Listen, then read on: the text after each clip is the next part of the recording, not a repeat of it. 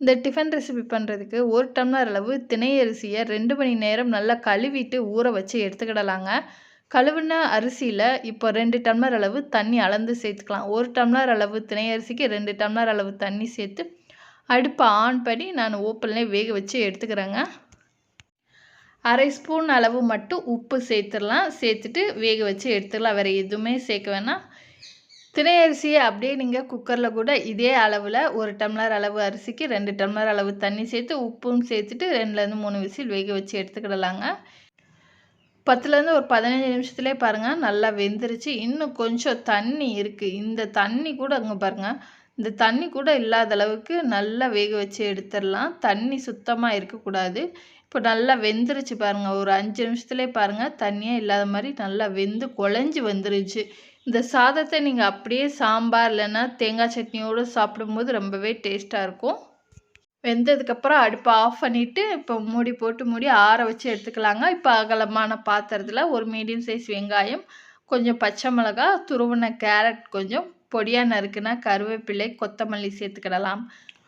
1 spoon அளவு கடலை மாவு சேர்த்துக்கலாம். 1 ஸ்பூன் அளவு அரிசி மாவு சேர்த்துக்கலாம். 1/4 டீஸ்பூன் அளவு சீரகம், கொஞ்சமாக உப்பு. ஏன்னா நம்ம ரைஸ் வேக வைக்கையிலே கொஞ்சம் உப்பு சேர்த்துட்டோம். அந்த தினை அரிசிக்கு உப்பு சேர்த்துருக்கோம்.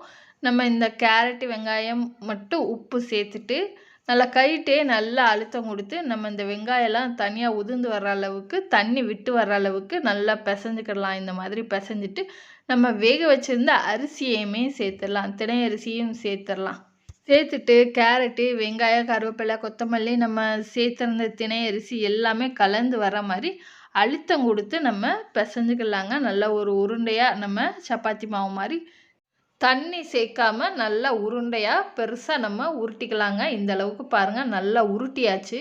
இதிலேருந்து ஒரு மீடியம் சைஸு கொய்யாக்காய் சைஸில் ஒரு மாவு எடுத்து நம்ம உருட்டிக்கலாங்க. கைட்டே நல்லா உருட்டிட்டு வாழை இலையில் நெய்யோ இல்லை எண்ணெயோ தடவிட்டு நம்ம தட்டி கொடுத்துக்கலாம். நம்ம அடை மாதிரி தட்டிக்கலாம். கைட்டே நல்லா தட்டிக்கலாம். இல்லைன்னா நீங்கள் ஒரு ஸ்பூன்கிட்ட தண்ணி தொட்டு விரிசலே இல்லாமல் வட்டமாக ஒரு ஸ்பூன்ட்டையோ இல்லை கைட்டையோ தண்ணி தொட்டு இந்த மாதிரி நல்லா வட்டமாக நம்ம அடை மாதிரி தட்டிக்கிடலாங்க. நம்ம வேக வச்சு எடுக்கும்போது இந்த அடை உடையாமல் இருக்கிறதுக்கு தான் 1 ஸ்பூன் அளவு கடலை மாவும் அரிசி மாவும் சேர்த்துருக்கோம். தோசைக்கல்லில் சேர்த்து அடை வேக வைக்கையில் பரட்டி போடும்போதோ இல்லை எடுக்கும்போதோ உடையிற மாதிரி இருந்துச்சுன்னா இன்னும் கொஞ்சம் 1/2 ஸ்பூன் அளவு கடல மாவு அரிசி மாவு சேர்த்துட்டு பிசைஞ்சு கொடுத்துட்டு மறுபடியும் அடை தட்டி நீங்கள் எடுத்துக்கிடலாங்க. இப்போ தோசைக்கல் பாருங்கள் நல்லா சூடாயிடுச்சு. இதில் 1/2 ஸ்பூன் அளவு எண்ணெய் விட்டுட்டு நல்லா தேய்ச்சிட்டு நம்ம ரெடி பண்ண அடையை தோசைக்கல்லில் ஒரு 1.5 நிமிஷத்துலேருந்து ஒரு 2 நிமிஷம் வேக வச்சு எடுத்துக்கலாம்.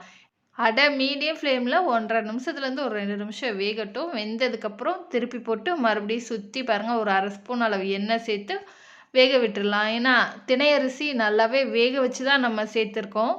நல்ல பொன்முருகலாக வந்தாலே போதும். 2 பக்கம் பாருங்கள் நல்லா செவந்தோடனே நம்ம எடுத்துடலாங்க. அடை எடுத்து நம்ம தட்டில் சர்வ் பண்ணிடலாம். பீட்ரூட் இடியாப்பம் பண்ணுறதுக்கு 1/2 பீட்ரூட் எடுத்துருக்கேன். நல்லா தோல் சீவிட்டு சின்ன சின்ன பீஸாக கட் பண்ணி ஒரு மிக்சர் ஜாரில் சேர்த்துட்டு தண்ணி சேர்க்காமல் ஃபஸ்ட்டு அரைச்சி எடுத்துகிட்டு வந்துட்டு அதுக்கப்புறமா பார்த்திங்கன்னா தண்ணி சேர்த்துட்டு நல்லா மெய்யாக இந்த அளவுக்கு பேஸ்ட் மாதிரி எடுத்துகிட்டு வந்துக்கலாங்க. இப்போ நல்லா அரைச்சி எடுத்துகிட்டு வந்ததை ஒரு ஃபில்ட்ரு வச்சு வடிகட்டியை வச்சு நம்ம வடிகட்டி எடுத்துக்கலாங்க. ஒரு ஸ்பூன் வச்சு இந்த மாதிரி அழுத்தம் கொடுத்திங்கன்னா போதுங்க. பீட்ரூட்டோட சாறு பார்த்திங்கன்னா கிண்ணத்தில் ஃபில்டர் ஆகிடுங்க. இப்போ நல்லா இதே மாதிரி எல்லாத்தையுமே பார்த்திங்கன்னா ஃபில்ட்ரு பண்ணி எடுத்துக்கலாம். நீங்கள் எந்த அளவுக்கு மாவு எடுக்கீங்களோ அதுக்கு தக்கன பார்த்திங்கன்னா தண்ணி எக்ஸ்ட்ரா சேர்த்துக்கோங்க. 1 டம்ளர் அளவு பச்சரிசி மாவுக்கு 1 டம்ளர் அளவு கண்டிப்பாக தண்ணி தேவைப்படும். இது கூட எக்ஸ்ட்ரா தண்ணி தேவைப்படுதுன்னா தண்ணி சேர்த்துட்டு நம்ம சூடு பண்ணி எடுத்துக்கலாங்க. கொதிக்க வச்சு எடுத்துக்கலாம். நான் 1 டம்ளர் அளவு இடியாப்ப மாவு ரேஷன் பச்சரிசியில் அரைச்ச இடியாப்ப மாவு சேர்த்துருக்குறேன். நான் அரைக்கையிலே பார்த்திங்கன்னா உப்பு சேர்த்து அரைச்சிட்டேன். அதனால நான் எதுவுமே உப்பு சேர்க்கலை. உப்பு சேர்க்காமல் 1 டம்ளர் அளவு மாவு சேர்த்துட்டு இப்போ நம்ம கொதிக்க வச்சுருந்த பீட்ரூட் தண்ணியை கொஞ்சம் கொஞ்சமாக சேர்த்துக்கலாங்க. ஏன்னா பீட்ரூட் தண்ணி பார்த்திங்கன்னா நம்ம சூடாகி நல்லா கொதிக்க வச்சு சேர்த்துருக்குறோம். அதனால் கை வைக்க முடியாது. கரண்டி வச்சு ஃபஸ்ட்டு மிக்ஸ் பண்ணி விட்டுட்டு மூடி போட்டு மூடி ஒரு 10 நிமிஷம் கை பொறுக்கிற அளவு சூடு வந்ததுக்கப்புறம் நம்ம மாவு பிசைஞ்சு எடுத்துக்கலாம்.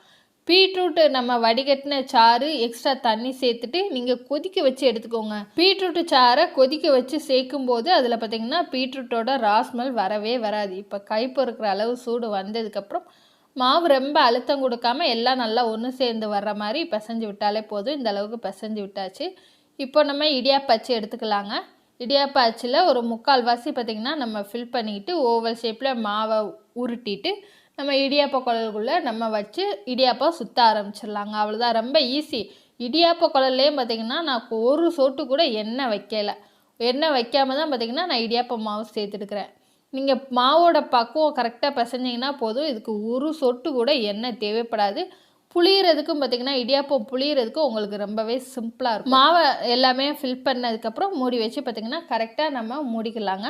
மூடிட்டு நீங்கள் உங்கள்கிட்ட இடியாப்ப தட்டு இருந்தால் இடியாப்ப தட்டில் கூட புழிஞ்சிக்கலாம். ஏன்ட்ட பார்த்திங்கன்னா இட்லி தட்டு தான் இருக்குது. இந்த மாதிரி பார்த்திங்கன்னா நான் இட்லி தட்டில் தான் நான் ஊற்றி எடுத்துக்கிறேன். இப்போ இட்லி குழியில் பார்த்திங்கன்னா கொஞ்சம் கொஞ்சமாக 2 சுற்று மட்டும் சுற்றி இந்த மாதிரி கூட புளியலாம். ரெண்டாவது மெத்தட் பார்த்திங்கன்னா விட்டு விட்டு புளியாமல் கண்டினியூஸாக தொடர்ந்து அப்படியே ரவுண்ட் ஷேப்பில் நம்ம சுற்றி புழிஞ்சிக்கலாங்க. புழிஞ்சிட்டு நம்ம மேலே பார்த்திங்கன்னா தேங்காய் துருவல் வேணால் சேர்த்துக்கலாம். இந்த மாதிரி பார்த்திங்கன்னா சுற்றிலும் நல்லா பெருசாக ஒரு தடவை நம்ம சுற்றி விட்டுக்கலாம். மேலே தேங்காய் துருவல் தேவைப்பட்டால் நீங்கள் நாட்டு சக்கரை கூட சேர்த்து வேக வச்சுக்கலாம். நான் தேங்காய் துருவல் சேர்த்து தான் நான் வேக வைக்க போகிறேன். இப்போ தேங்காய் துருவல் சேர்த்ததுக்கப்புறம் இட்லி குண்டானில் பார்த்திங்கன்னா தண்ணி நல்லா கொதிக்கிற பக்குவத்தில் இருக்கும்போது நம்ம பிழிஞ்ச இடியாப்பத்தை உள்ளே வச்சிடலாங்க. வச்சுட்டு பார்த்திங்கன்னா மீடியம் ஃப்ளேம்லேயும் ஒரு 8 நிமிஷம் வெந்தாலே போதும். நல்லா வெந்து வந்துடும். ஏற்கனவே நம்ம சுடுதண்ணி ஊற்றி தான் மாவு பிசைஞ்சிருக்கோம். அதனால் அதிக நேரம் வேக வைக்க தேவையில்லை. 5லேருந்து ஒரு 8 நிமிஷம் வெந்துட்டால் போதுங்க.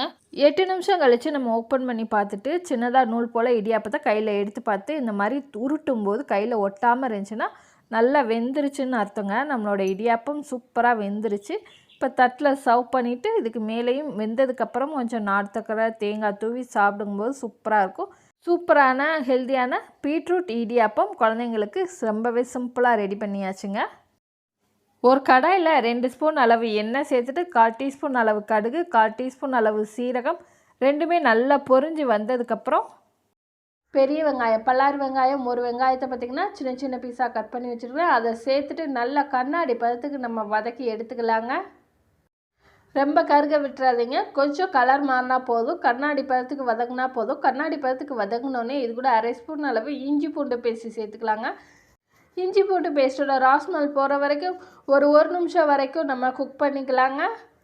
1 நிமிஷம் வரைக்கும் நல்லா ஃப்ரை பண்ணி நல்லா வதக்கி விட்டுக்கலாம். இஞ்சி பூண்டோட ராஸ்மல் போடணும். ராஸ்மல் போனதுக்கப்புறம் இது கூடவே நம்ம காரத்துக்கு பார்த்திங்கன்னா நீங்கள் பச்சை மிளகா சேர்க்கறதா இருந்தால் சின்னதாக பொடியாக கட் பண்ணி பச்சை மிளகா கூட சேர்த்துக்கலாம். நான் பச்சை மிளகா சேர்க்காமல் 1/2 ஸ்பூன் அளவு தனி மிளகாய்த்தூள் 1/4 டீஸ்பூன் அளவு மஞ்சத்தூள் சேர்த்துட்டு லைட்டாக 1 நிமிஷம் வர வதக்கி விட்டுக்கிட்டாங்க.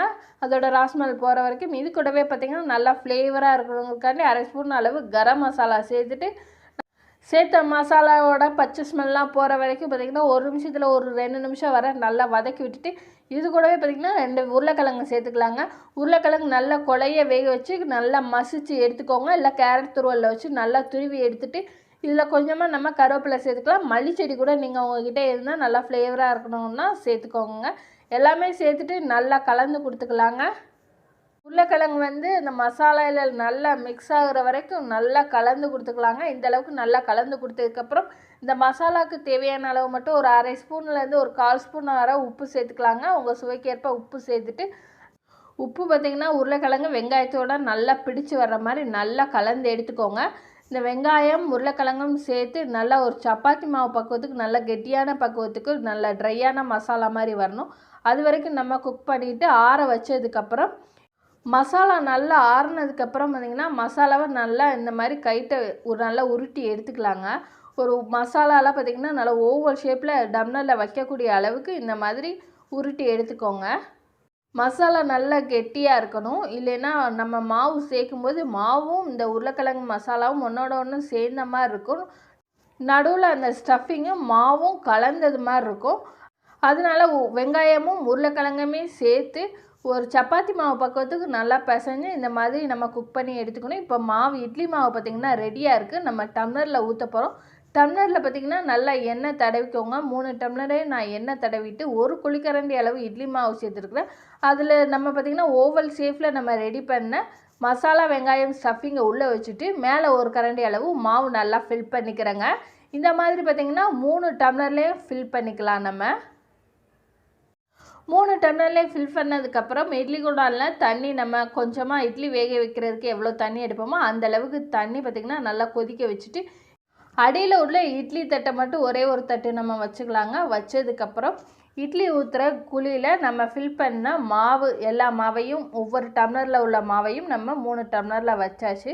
இட்லி குண்டா மூடி போட்டு மூடிட்டு ஒரு 8லேருந்து ஒரு 10 நிமிஷம் பார்த்திங்கன்னா மீடியம் ஃப்ளேமில் இட்லி எப்படி வேக வைப்போமோ அதே மாதிரி பார்த்திங்கன்னா வேக வச்சு எடுத்துக்கலாங்க. வேறு எந்த மாற்றமும் இல்லை. ஏன்னா உருளைக்கிழங்கு வெங்காயம் ஏற்கனவே பார்த்திங்கன்னா நல்லா குக் ஆகிடுச்சு. இந்த இட்லி மாவு மட்டும் குக் பண்ணணும். அது இட்லி வேக வைக்கிறதுக்கு எந்த டைம் ஆகுமோ அதே அளவு டைம் தான் தேவைப்படும். ஸோ நல்லா குக் ஆகிடுச்சு. நல்லா இட்லி மாவு நல்லா வெந்து வந்துச்சு. இப்போ டம்ளர் வந்து எடுக்க முடியாது, நல்லா சூடாக இருக்கும். ஒரு 10 நிமிஷம் கழித்து நல்லா சூடு ஆறுனதுக்கப்புறம் ஓரங்களில் லைட்டாக கத்தி வச்சு எடுத்துட்டா போதுங்க. நம்ம டம்ளரில் ஒட்டாமல் மசாலா இட்லி ரெடி ஆகிடுங்க. இதை அப்படியே குழந்தைங்களுக்கு கட் பண்ணி கொடுக்கலாம். இன்னும் ஸ்பைஸியாக நல்லா சாப்பிட்ணுன்னு நினச்சிங்கன்னா ஒரு கடாயில் 2 ஸ்பூன் அளவு எண்ணெய் சேர்த்துட்டு 1/4 டீஸ்பூன் அளவு மஞ்சத்தூள், 1 டீஸ்பூன் அளவு தனி மிளகாய்த்தூள் சேர்த்துட்டு நம்ம ரெடி பண்ண இட்லியை 1 நிமிஷத்துலேருந்து 2 நிமிஷம் அந்த மசாலாவோடு சேர்த்து நல்லா லைட்டாக பரட்டி விட்டுக்கோங்க. அடுப்பை சிம்மில் வச்சுட்டு பரட்டி விட்டு நம்ம எடுத்துடலாங்க. எடுத்துட்டு சின்ன சின்ன பீஸாக ஸ்லைடு மாதிரி கட் பண்ணி எடுத்துட்டா போதுங்க. காலையில் சாப்பாடுக்கு பார்த்திங்கன்னா சூப்பரான மசாலா ஸ்லைடு இட்லி ரெடி ஆயிடுச்சுங்க. கோதுமை மைதா இல்லாமல் ரவையில் பூரி, வறுத்த ரவை வறுக்காத ரவை எதுனாலும் எடுத்துக்கலாங்க. 1 கப் அளவு ரவை சேர்த்துட்டு மிக்ஸி ஜாரில் சேர்த்துட்டு நைஸாக நம்ம பவுட்ரு பண்ணி எடுத்துகிட்டு வந்துக்கணும். பவுட்ரு பண்ண ரவையை ஒரு அகலமான பாத்திரத்தில் சேர்த்துட்டு தேவையான அளவு உப்பு சேர்த்துட்டு இந்த ரவை மாவும் இந்த உப்பும் நல்லா கலந்து வர மாதிரி ஃபஸ்ட்டு நம்ம கைட்ட மிக்ஸ் பண்ணிவிட்டு அதுக்கப்புறம் கொஞ்சம் தேவைப்படுற அளவு கொஞ்சம் கொஞ்சமாக தண்ணி சேர்த்து நம்ம கலந்து விட்டுக்கலாங்க. 1 கப் அளவு ரவைக்கு நான் 1/2 கப் அளவு தண்ணி எடுத்திருந்தேன். அதில் கொஞ்சம் மிச்சம் வச்சுட்டேன். நான் அதிகமாக தண்ணி சேர்த்துறாமல் நம்ம கோதுமை மாவு மைதா மாவுக்கெலாம் பூரி மாவுக்கு எந்த அளவுக்கு பக்குவமாக பிசைவோமோ அந்த அளவுக்கு தான் பிசைஞ்சு எடுத்துக்கணும். நல்லா இந்த அளவுக்கு பிசைஞ்சு எடுத்துக்கோங்க. நம்ம ரெடி பண்ண மாவுலேருந்து குட்டி குட்டியாக நம்ம பூரிக்கு எந்த அளவுக்கு மாவு எடுப்போமோ அதே மாதிரி சின்ன சின்ன உருண்டையாக உருட்டிட்டு இப்போ ஒரு சப்பாத்தி கட்டையில் எண்ணெய் தடவிக்கலாம். எண்ணெய் தடவிட்டு நம்ம ரெடி பண்ண ரவை மாவை சப்பாத்தி கட்டையில் வச்சு நம்ம ரொம்ப திக்னஸாகவும் இல்லாமல் ரொம்ப மொல்லிஸாகவும் இல்லாமல் தேய்ச்சிட்டு சூடான எண்ணெயில் நம்ம போட்டு எடுத்துடலாங்க. நீங்கள் மாவு போட்டு கூட கோதுமை மாவு இல்லை மைதா மாவு போட்டு கூட நீங்கள் தேய்க்கலாம். மாவு போட்டு நீங்கள் பூரிக்கு தேய்க்கும் போது எண்ணெயில் பொரிக்கிறப்ப எண்ணெயில் கீழே கசடு மாதிரி அந்த மாவு வந்து கீழே தங்கும். அதனால் நான் எண்ணெய் ஊற்றியே நைஸாக தேய்ச்சிட்டு சூடான எண்ணெயில் போட்டு எடுத்துக்கிறேங்க. பூரி போட்டோன்னே பாருங்கள் நல்லா ஃப்ளஃபியாக 2 பக்கம் நல்லா பொரிஞ்சு வருது. ஃப்ளஃபியாக பூரி உப்பி வரணுங்கிறதுக்காண்டி இல்லை கடையிலையோ இல்லை வீட்லேயோ சோடா உப்பு சேர்ப்பாங்க. ஆனால் நான் எந்த வித சோடா உப்புமே சேர்க்கல. ரவை மாவு உப்பும் தான் சேர்த்துருக்கேன். 2த்துக்குமே பாருங்கள் நல்லா ஃப்ளஃபியாக பூரி ரெடி ஆயிடுச்சு. ரவை பூரி கோதுமை மைதா இல்லாமல் சூப்பரான ரவை பூரி ரெடி ஆயிடுச்சுங்க. இந்த ரெசிபி பண்ணுறதுக்கு 1 டம்ளர் அளவு குதிரைவாலி அரிசி எடுத்திருக்கேன். குதிரைவாலி அரிசியில் நிறைய அழுக்கு இருக்கும். இந்த சிறுதானியத்தில் நிறையவே அழுக்கு இருக்கும். அது ஒரு பாத்திரத்தில் சேர்த்துட்டு 3லேருந்து 4 தடவை நல்லா அழுத்தம் கொடுத்து பிசைஞ்சு ஒரு 10 நிமிஷம் நல்ல தண்ணி ஊற்றி ஒரு 10 நிமிஷம் மட்டும் நம்ம ஊற வச்சு எடுத்துக்கலாம். இந்த அளவுக்கு பாருங்க நல்லா பளிச்சுன்னு கழுவிக்கோங்க. ஒரு குக்கரை அடுப்பில் வச்சிடலாம். அடுப்பில் வச்சுட்டு 2 ஸ்பூன் அளவு எண்ணெய் சேர்த்துக்கலாம். எண்ணெய் காஞ்ச உடனே 1/4 டீஸ்பூன் அளவு கடுகு சேர்த்துக்கலாம். கடுகு வெடித்த உடனே சீரகம் 1/4 டீஸ்பூன் அளவு சேர்த்துக்கலாம். சீரகமும் பொரிஞ்சோடனே உங்கள் காரத்துக்கு தக்கன நீங்கள் காஞ்ச மிளகா சேர்த்துக்கோங்க. நான் 3 காஞ்ச மிளகா சேர்த்துருக்கேன். உங்களுக்கு காஞ்ச மிளகா சேர்க்க விருப்பம் இல்லைன்னா அதை ஸ்கிப் பண்ணிவிட்டு நீங்கள் பச்சை மிளகா கூட இந்த வெங்காயத்து கூட சேர்த்துடலாங்க. ஒரு கைப்பிடி அளவு சின்ன வெங்காயம் சேர்த்துருக்கேன். ஒரு 10 போல் பூண்டு, ஒரே ஒரு சின்ன தக்காளி எல்லாமே சேர்த்துட்டு நல்லா ஒரு 2 நிமிஷம் வதக்கி கொடுத்ததுக்கப்புறம் ஒரு கைப்பிடி அளவு கேரட்டு, ஒரு கைப்பிடி அளவு பீன்ஸு சேர்த்துருக்கேன். எல்லாம் சேர்த்துட்டு 2 நிமிஷம் வதக்கி கொடுத்துட்டு இதுக்கு மசாலா எதுவுமே சேர்க்க வேணாம். ஜஸ்ட்டு பார்த்திங்கன்னா மஞ்சத்தூளும் காயத்தூள் 1/4 டீஸ்பூன் அளவு காயத்தூளும் சேர்த்துக்கிறேன், பெருக்காயத்தூள். 2 நிமிஷம் வதக்கி விட்டுக்கலாம். நம்ம 2 நிமிஷம் வதக்குனதுக்கப்புறம் தேவையான அளவு தண்ணி சேர்த்துக்கலாம்.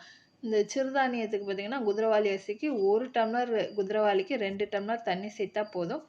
ஆனால் நான் காய்கறி ஊற வச்ச ஒரு நாள் நைட்டு ஃபுல்லாக ஊற வச்ச கருப்பு கொண்டக்கடலையும் சேர்க்குறதுனால எக்ஸ்ட்ரா பார்த்திங்கன்னா 1 டம்ளர் அளவு சேர்த்துருக்கேன். நீங்கள் காய்கறி மட்டும் சேர்க்குறதா இருந்தால் 1/2 டம்ளர் 2 டம்ளர் அளவு தண்ணி சேர்த்துக்கோங்க. நான் 3 டம்ளர் அளவு தண்ணி சேர்த்துட்டு 10 நிமிஷம் ஊற வச்சுருந்த குதிரைவாலி அரிசியும் நம்ம ஒரு நைட் ஃபுல்லாக ஊற வச்சுருந்த கொண்டக்கடலையும் சேர்த்து கழுவிட்டு நம்ம கொதிக்கிற தண்ணியில் சேர்த்து 3/4 ஸ்பூன் அளவு உப்பும் சேர்த்துட்டு கொதித்ததுக்கப்புறம் நம்ம உப்பு கரெக்டாக செக் பண்ணிவிட்டு ஒரு தடவை அடியிலேருந்து நல்லா கலந்து விட்டு குக்கர் பார்த்திங்கன்னா விசில் போட்டுக்கலாம். ஹை ஃப்ளேமில் 2 விசில், மீடியம் ஃப்ளேமில் 2 விசில் வரதுக்குள்ளே நம்ம ஒரு சைடிஷ் ரெடி பண்ணிக்கலாம்.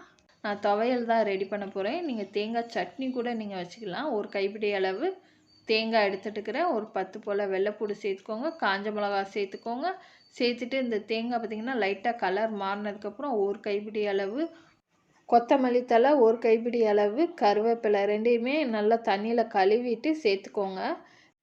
சின்னதாக பார்த்திங்கன்னா அரை நெல்லிக்காய் சைஸ் அளவு புளி சேர்த்துக்கிடலாம். 2 நிமிஷம் தான் வதக்கணும், அதிக நேரம் வதக்காதீங்க. இந்த மல்லிச்செடி அதாவது துவையல் வந்து கலர்ஃபுல்லாக இருக்காது, கலர் மாறி வரும். நல்லா க்ரீனிஷாக வரணுன்னா 2 நிமிஷம் மட்டும் வதக்கி கொடுத்துட்டு ஒரு 10 நிமிஷம் ஆற வச்சுட்டு நம்ம மிக்ஸி ஜாரில் சேர்த்துடலாங்க. சேர்த்துட்டு 1/4 டீஸ்பூன் மட்டும் உப்பு மட்டும் சேர்த்துக்கோங்க. சேர்த்துட்டு நைஸாக நம்ம அரைச்சி எடுத்துகிட்டு வந்துக்கலாம். 2 ஸ்பூன் அளவு தண்ணி சேர்த்துக்கோங்க. தண்ணி அதிகம் சேர்க்க வேண்டாம். 1 ஸ்பூன்லேருந்து 2 ஸ்பூன் மட்டும் தண்ணி சேர்த்துட்டு நைஸாக அரைச்சி எடுத்துகிட்டு வந்துடலாம். சூப்பராக பார்த்திங்கன்னா கலர்ஃபுல்லான துவையல் ரெடி ஆகிடுச்சு. அதுக்குள்ளே பார்த்திங்கன்னா நல்லா நம்ம குதிரவாளி அரிசியில் ரெடி பண்ண கிச்சடியுமே நல்லா ஏர் போனதுக்கப்புறம் ஓப்பன் பண்ணி பார்த்துட்டு இதில் கொஞ்சமாக கருவேப்பிலை, மல்லித்தழை தூவிட்டு ஒரு தடவை நல்லா அடியிலேருந்து நல்லா மிக்ஸ் பண்ணி விட்டுட்டு ஒரு தட்டில் நம்ம சர்வ் பண்ணிடலாங்க. ஆரோக்கியமாக கொண்டக்கடலை குதிரவாளி அரிசி வச்சு சூப்பரான கிச்சடி ரெசிபி சிம்பிளாக ரெடி பண்ணியாச்சுங்க. ட்ரை பண்ணி பாருங்கள்.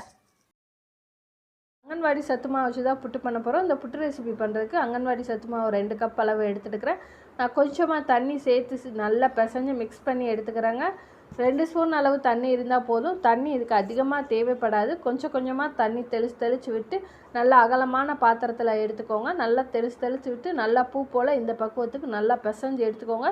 சர்க்கரை சேர்க்க தேவையில்லை. இல்லை ஏற்கனவே நல்லா பார்த்திங்கன்னா சர்க்கரை சேர்த்துருக்கோம். புட்டு மாவு பக்குவம்னு பார்த்திங்கன்னா நல்லா மாவு பிசைஞ்சதுக்கப்புறம் பிடிக்க வரணும். இப்படி ஊற்றி விட்டால் நல்லா உதிரணுங்க. அதான் பார்த்திங்கன்னா புட்டு மாவு பக்குவம். நல்லா சாஃப்டாக ரெடி ஆகிடுச்சு புட்டு மாவு. நான் 1 கப் அளவு தண்ணி எடுத்திருந்தேன். அந்தளவுக்கு தண்ணி தேவைப்படாது. ஒரு 2 ஸ்பூன் அளவு மட்டும் தண்ணி தேவைப்படுங்க. அவ்வளோதான். நிறைய தண்ணி சேர்த்துடக்கூடாது. அப்படி இருந்தால் களி மாதிரி ஆகிடும்.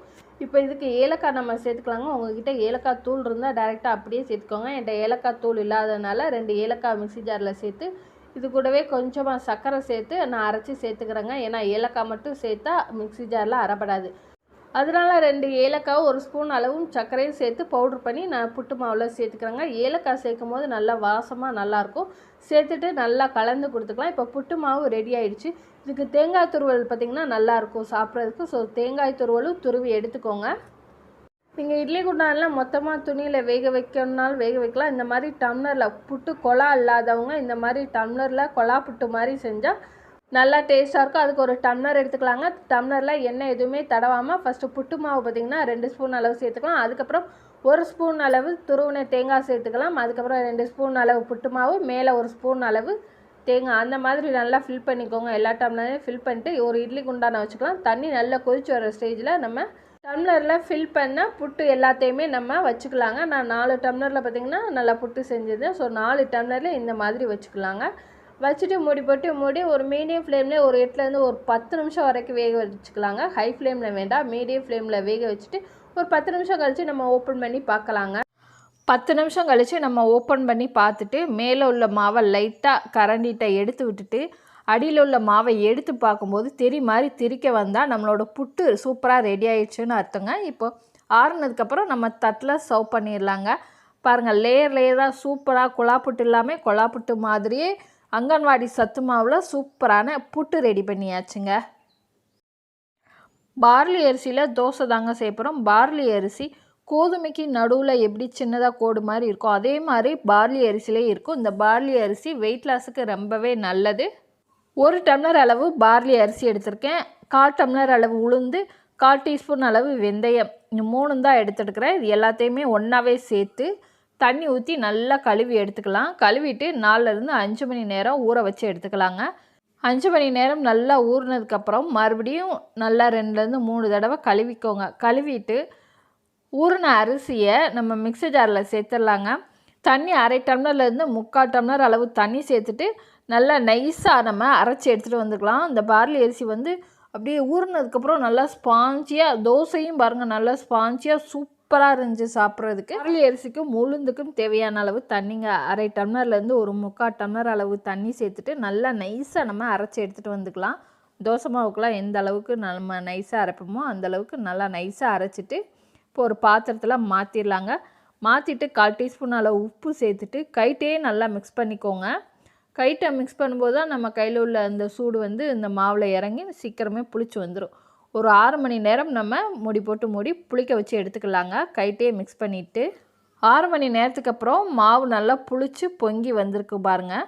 நல்லா புளிச்சு வந்த மாவை கரண்டியை வச்சு லேசாக ஒரு தடவை கலந்து விட்டுட்டு தோசைக்கல்ல எண்ணெய் தடவிட்டு நம்ம நைஸாக தோசை ஊற்றி எடுத்துக்கலாங்க. நைஸாகவே தோசை ஊற்றுறதுக்கு வரும், மொத்தமாக ஊற்ற வேணாம். நைஸாக தோசை ஊற்றிட்டு தேவைப்பட்டால் எண்ணெய் சேர்த்துக்கோங்க. எண்ணெய் சேர்த்துட்டு 2 பக்கம் எப்பயும் போல் நம்ம தோசைக்கு எப்படி சுட்டு எடுப்போமோ அதே மாதிரி சுட்டு எடுத்துட்டா சூப்பரான சிறுதானியத்தில் ஒன்றானா பார்லி அரிசியில் தோசை ரெடி ஆயிடுச்சுங்க. நான் இன்றைக்கி பார்த்திங்கன்னா தேங்காய் சட்னியோடு தான் வச்சு சாப்பிட்றேன். ரொம்பவே டேஸ்ட்டாக இருக்கும். நீங்கள் இதுக்கு காரசாரமாக வேறு சட்னி தேவைப்பட்டாலும் சட்னியோடு சேர்த்து சர்வ் பண்ணிக்கலாங்க. தோசை ரொம்பவே சாஃப்டாக இருந்தது. ட்ரை பண்ணி பாருங்கள். பார்லி அரிசியில் தோசை. ரேஷன் வறுத்த அரிசியும் வறுத்த வேர்க்கடலையும் வச்சு காலையில் டிஃபனுங்க. இந்த ரெசிபி பண்ணுறதுக்கு 1 டம்ளர் அளவு ரேஷன் அரிசியை நல்லா கழுவிட்டு ஒரு வடிகட்டியில் நம்ம தண்ணி வடியை வச்சுக்கிடலாங்க. இப்போ ஒரு கடாயில் வறுத்த வேர்க்கடலை 1/4 கப் அளவு எடுத்துருக்கேன். அரிசி எடுத்த கப்பில் 1 கப் அளவுக்கு 1/4 கப் அளவு வறுத்த வேர்க்கடலை 2 நிமிஷம் மட்டும் நம்ம சூடேற்றிட்டு நல்லா வறுபட்டதுக்கப்புறம் இப்போ ஒரு கிண்ணத்தில் மாற்றி எடுத்துக்கலாங்க. இப்போ அதே கடாயில் தண்ணி வடிய வச்சுருந்தோம் இல்லையா, அந்த அரிசியை சேர்த்துடலாங்க. சேர்த்துட்டு மிதமான சூட்டில் நம்ம வறுத்து எடுத்துக்கலாங்க. நல்லா பொரி அரிசி மாதிரி நம்ம பொரிஞ்சு வர்ற வரைக்கும் வறுத்துக்கலாம். ஒரு 5 நிமிஷத்துல இருந்து ஒரு 8 நிமிஷத்துலேயே பாருங்கள் இந்த அளவுக்கு நல்லா கலர் மாதிரி நல்லா பொரி அரிசி மாதிரி நல்லா மொறு வர வரைக்கும் வறுத்துட்டு அடுப்பை ஆஃப் பண்ணிவிட்டு நம்ம வறுத்த அரிசியை ஆற வச்சு எடுத்துக்கலாம். இப்போ ஒரு மிக்சர் ஜாரில் நம்ம 2 நிமிஷம் வறுத்த வேர்க்கடலையை சேர்த்துட்டு கொரப்பாக ஒன்றும் பாதியமாக நம்ம அரைச்சி ஒரு அகலமான பாத்திரத்தில் மாற்றிக்கலாங்க. ரொம்ப நைஸாக அரைச்சிடாமல் ஒன்றும் பாதியமாக அரைச்சி எடுத்துகிட்டு வந்துடலாம். இப்போ அதே மிக்சர் ஜாரில் நம்ம வறுத்து ஆற வச்சுருந்த அரிசியை சேர்த்துடலாங்க. சேர்த்துட்டு எந்த அளவுக்கு நைஸாக அரைக்க முடியுமோ அந்த அளவுக்கு நம்ம நைஸாக அரைச்சி எடுத்துகிட்டு வந்துடலாங்க. இப்போ அரைச்ச அரிசியை வேர்க்கடலை கூடவே நம்ம சேர்த்துடலாங்க. சேர்த்துட்டு இதுக்கு 1/4 கப் அளவு தேங்காய் துருவலும் சேர்த்துக்கலாம். மிக்ஸி ஜாரில் 1/4 கப் அளவு தேங்காவை சேர்த்துட்டு தண்ணி சேர்க்காமல் பூ போல் துருவி எடுத்துகிட்டு வந்ததையும் இந்த வேர்க்கடலை அரிசி கூடயே நம்ம சேர்த்துடலாங்க. கொஞ்சம் கூட தண்ணி சேர்க்கக்கூடாது. இந்த வேர்க்கடலை தேங்காய் இந்த பொரி அரிசி கூடவே நம்ம ஒரு கைப்பிடி அளவு கேரட் துருவல் சேர்த்துக்கலாம். பொடியாக நறுக்கின கருவேப்பிலை கொத்தமல்லி சேர்த்துக்கிடலாம். சின்னதாக கட் பண்ண வெங்காயம் பச்சை மிளகாய் சேர்த்துக்கலாம். பைண்டிங்காண்டி ஒரே 1 ஸ்பூன் அளவு கடலை மாவு சேர்த்துக்கலாம். தேவையான அளவு உப்பு சேர்த்துக்கிடலாம். 1/4 டீஸ்பூன் அளவு சீரகம் சேர்த்துடலாங்க. எல்லாம் சேர்த்துட்டு தண்ணி சேர்க்காம கைட்டே இந்த ஒன்று போல் இந்த வெங்காயம்லாம் நல்லா உதிரியாக ஆகிறதுக்காண்டி தண்ணி சேர்க்காம ஃபஸ்ட்டு கைட்டே பாருங்கள் நல்லா ஒரு 2 நிமிஷம் பிணைஞ்சி விட்டுக்கோங்க. தண்ணி அதிகம் சேர்த்துறாமல் நம்ம கொஞ்சம் கொஞ்சமாக தண்ணி சேர்த்து பிணைஞ்சி விட்டுக்கலாம். நீங்கள் எவ்வளோ தண்ணி ஊற்றுனாலும் உள்ளே இழுத்துக்கிடும். அதனால் 1லேருந்து ஒரு 1/2 கப் அளவு மட்டும் தண்ணி சேர்த்து நல்லா டைட்டாக பிசைஞ்சு இந்த அளவுக்கு பாருங்கள் உருண்டையாக நம்ம எல்லா மாவையும் ரெடி பண்ணி வச்சுக்கலாங்க. ரொம்ப தண்ணி சேர்த்துடக்கூடாது. இந்த அளவுக்கு தான் இருக்கணும். 1லேருந்து ஒரு 1/2 கப் அளவு தண்ணியே கரெக்டாக இருக்கும். இப்போ உருண்டையாக நம்ம ரெடி பண்ணி வச்சாச்சு. இப்போது ஒரு தட்டு மேலே வெள்ளை துணியை நான் நனைச்சி போட்டிருக்கேங்க. நனைச்சிட்டு நம்ம ரெடி பண்ண உருண்டையிலேருந்து ஒரு உருண்டையை எடுத்து பக்கத்தில் தண்ணி வச்சுக்கோங்க. தண்ணி வச்சுட்டு அப்பப்போ பார்த்திங்கன்னா இந்த உருண்டையில் தொட்டு நல்லா விரித்து விட்டுக்கிடலாம். கைட்டை விரிக்க விருப்பம் இல்லைன்னா ஒரு ஸ்பூன் பார்த்திங்கன்னா ஸ்பூனில் தண்ணியில் நனைச்சி நல்லா இந்த அளவுக்கு நல்லா தட்டி விட்டுக்கோங்க. அடை மாதிரி நல்லா தட்டி விட்டுக்கோங்க. இப்போ மாவு ரெடியாக இருக்குது. தோசைகள் பார்த்திங்கன்னா மிதமான சூட்டில் இருக்கும்போது ஒரு 1/2 ஸ்பூன் அளவு எண்ணெய் சேர்த்துட்டு நல்லா தேய்ச்சி விட்டு நம்ம ரெடி பண்ண அடை மாவை சேர்த்துடலாங்க. சேர்த்துட்டு மேலேயும் பாருங்கள் நல்லா சுற்றி நம்ம எண்ணெய் விட்டுக்கலாம். ஒரு 1/2 ஸ்பூன்லேருந்து ஒரு ஸ்பூன் வரை எண்ணெய் சேர்த்துக்கலாம். எண்ணெயிலே பார்த்திங்கன்னா நல்லா முருகலாக வெந்து வரணும். நல்லா எண்ணெய் சேர்த்துட்டு 3 நிமிஷம் 4 நிமிஷம் மீடியம் ஃப்ளேமில் வேக வச்சுட்டு திருப்பி போடுங்க. திருப்பி போட்டதுக்கப்புறமும் மேலே எண்ணெய் ஊற்றிக்கோங்க. நல்லா எண்ணெயிலே வெந்து வரணும். 2 பக்கம் பாருங்கள் நல்லா முறுன்னு வெந்து வந்துருச்சு. இப்போ நம்ம இந்த ரேஷன் அரிசி வறுத்த பொரி அரிசி அடைய நம்ம தட்டில் சர்வ் பண்ணிடலாங்க. இட்லி தோசைக்கு மாவு இல்லாத டைமில் டக்குன்னு பார்த்திங்கன்னா 20 நிமிஷத்தில் சூப்பராக ரேஷன் அரிசியும் வீட்டில் இருக்கிற ஒரு சில பொருட்களும் வச்சு சூப்பரான அடை ரெடி பண்ணியாச்சு. இந்த அடைக்கு தேங்காய் சட்னி தான் சூப்பராக இருக்கும். எந்த ஒரு அடைக்குமே தேங்காய் சட்னி தான் சும்மா அட்டகாசமான டேஸ்ட்டில் இருக்கும். இந்த இடியாப்பம் செய்கிறது பார்த்திங்கன்னா 1 டம்ளர் அளவு நான் மாவு கரெக்டாக எடுத்துக்கிறேன். கொஞ்சம் நிறையா 1 டம்ளர் நிறையா நல்லா குமிழ் மாதிரி எடுத்துருக்குறேங்க. இதில் பார்த்திங்கன்னா கொஞ்சம் வெள்ளம் கட்டி கட்டியாக இருக்கும். வேணும்னா நீங்கள் சல்லடையில் வச்சு சலிச்சுக்கலாம். ஸோ நான் பார்க்கையில் பார்த்திங்கன்னா அவ்வளோவா கட்டி கட்டியாக இல்லை. ஸோ புளியறதுக்கு ஈஸியாக வரும். அதனால் நான் சலிக்காமல் அப்படியே எடுத்துக்கிறேன். இந்த 1 டம்ளர் அளவு மாவுக்கு பார்த்திங்கன்னா 1 டம்ளர் அளவு நிறையா தண்ணி எடுத்துக்கிறேன். இந்த தண்ணியை நல்லா கொதிக்க வச்சுக்கலாங்க. நல்லா கொதித்து வர்றப்போ மாவில் சேர்த்துக்கணும். அங்கன்வாடி மாவில் பார்த்திங்கன்னா கொஞ்சம் ஸ்வீட்னஸ் இருக்கும், கொஞ்சம் வெல்லம் சேர்த்துருப்பாங்க. ஸோ அந்த வெல்லத்தை கொஞ்சம் தூக்கி காட்டுறதுக்காண்டி கொஞ்சமாக ஒரு பிஞ்ச் அளவு உப்பு சேர்த்துருக்குறேன். தண்ணி பார்த்திங்கன்னா நல்லா கொதிச்சிருச்சு. இந்த கொதிக்கிற தண்ணியை கொஞ்சம் கொஞ்சமாக ஊற்றி நம்ம மிக்ஸ் பண்ணிக்கலாம். நம்ம இடியாப்பம் நார்மலாக செய்கிற மாவுக்கு பார்த்திங்கன்னா 1 டம்ளர் அளவு மாவுக்கு 1 டம்ளர் அளவு தண்ணி சேர்ப்போம். ஸோ அந்த அங்கன்வாடி சத்து மாவுக்கு பார்த்திங்கன்னா அவ்வளோ தண்ணி தேவைப்படாது. 1 டம்ளர் மாவுக்கு பார்த்திங்கன்னா ஒரு 3/4 டம்ளர் அளவு தண்ணி இருந்தால் போதும். நல்லா கொதிக்கிற தண்ணியாக இருக்கணும். கொதிக்கிற தண்ணியை சேர்த்து கொஞ்சம் கொஞ்சமாக இந்த மாதிரி நம்ம ஃபுல்லாகவே மிக்ஸ் பண்ணிக்கலாங்க. கொஞ்சம் கொஞ்சமாக மிக்ஸ் பண்ணிட்டு நான் உங்கள்கிட்ட காமிக்கிறேன். கொஞ்சம் கொஞ்சமாக பார்த்திங்கன்னா மிக்ஸ் பண்ணி எடுத்துக்கிறேன். லாஸ்ட்டாக பார்த்திங்கன்னா கொஞ்சமாக தண்ணி சேர்க்குறேன். இந்த அளவுக்கு தண்ணி போதும். பேலன்ஸ் இவ்வளோ தண்ணியை நான் சேர்க்கவே இல்லை, தனியாக எடுத்து வச்சுட்டேன்.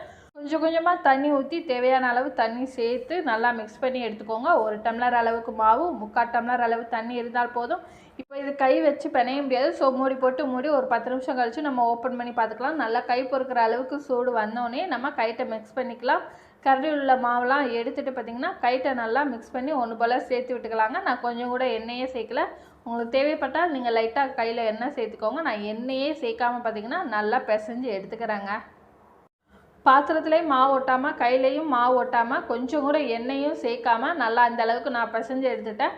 பிசைஞ்சு எடுத்து இந்த சத்துணவு மாவை பார்த்திங்கன்னா நம்ம இடியாப்ப குழலில் சேர்த்துக்கலாம். சின்ன சின்ன உருண்டைகளாக இந்த மாதிரி உருட்டி இடியாப்ப குழலில் சேர்த்துக்கலாம். இடியாப்ப குழலையும் நான் கொஞ்சம் கூட எண்ணெய் சேர்க்கலைங்க, எண்ணெயே தேவைப்படாது. ஸோ இந்த மாதிரி இடியாப்ப குழலில் நம்ம ஃபில் பண்ணிக்கலாம். எல்லா மாவையும் இடியாப்ப குழலில் நல்லா ஃபில் பண்ணியாச்சுங்க. இப்போ நம்ம மூடி போட்டு மூடி இடியாப்பம் சுற்ற ஆரம்பிச்சிக்கலாம். கரெக்டாக பார்த்திங்கன்னா மூடுங்க. இல்லைன்னா கீழே உள்ள நம்ம குழலில் உள்ள மாவெல்லாம் பார்த்திங்கன்னா அந்த அச்சுக்கு மேலே மாவு வேஸ்ட் ஆகும். ஸோ பிழியவும் முடியாது. ஸோ கரெக்டான அந்த திருக வச்சு கரெக்டாக மூடிக்கோங்க. நம்ம இட்லிக்கு எப்படி துணியை நனைச்சி எடுப்போமோ அந்த மாதிரி துணியை நனைச்சி இட்லி தட்டில் போட்டுட்டு இந்த மாதிரி நைஸாக சுற்ற ஆரம்பிச்சிக்கலாம். பார்த்தாலே உங்களுக்கு தெரியும் எவ்வளோ ஈஸியாக பார்த்திங்கன்னா சுற்ற வர்றதுக்குன்னு. ரொம்ப கஷ்டமே இல்லாமல் நல்லா ஈஸியாக இந்த மாதிரி சுற்றி எடுத்துக்கோங்க. நீங்கள் ஒவ்வொரு இட்லி தட்டுலேயும் குழியிலையும் பார்த்திங்கன்னா மொத்தமாக சுற்றுனீங்கன்னா அது இட்லி மாதிரி கும்மலாக இருக்கும். ஸோ குழந்தைங்க சாப்பிட அவ்வளோவா விருப்பப்பட மாட்டாங்க. ஸோ இந்த மாதிரி பார்த்திங்கன்னா லேசாக ஒரு சுற்று 2 சுற்றுலேயுமே ஃபுல் ரவுண்டாக வந்துட்டாலே போதும். இது சீக்கிரமாகவும் வெந்துடும். இந்த சத்துணவு மாவு இடியாப்பம் பார்த்திங்கன்னா புளியறதுக்கு எவ்வளோ ஈஸியாக இருக்குது பாருங்கள். ரொம்பவே கஷ்டமே இல்லாமல் சுலபமாக புளிஞ்சாச்சு. மொத்தமாக புளியாதீங்க. இந்த மாதிரி ஒரு சுற்றுலையும் பார்த்திங்கன்னா கரெக்டாக புளிஞ்சு எடுத்துக்கோங்க. நம்ம 2 தட்டுலேயும் பிழிஞ்சாச்சு. சுற்றினது போக பார்த்திங்கன்னா இன்னும் ஒரு தட்டுக்கு மாவு இடியாப்ப குழலில் பேலன்ஸ் இருக்குது. ஸோ அதுக்கப்புறம் இன்னொரு தட்டும் நம்ம அவிச்சிக்கலாம்.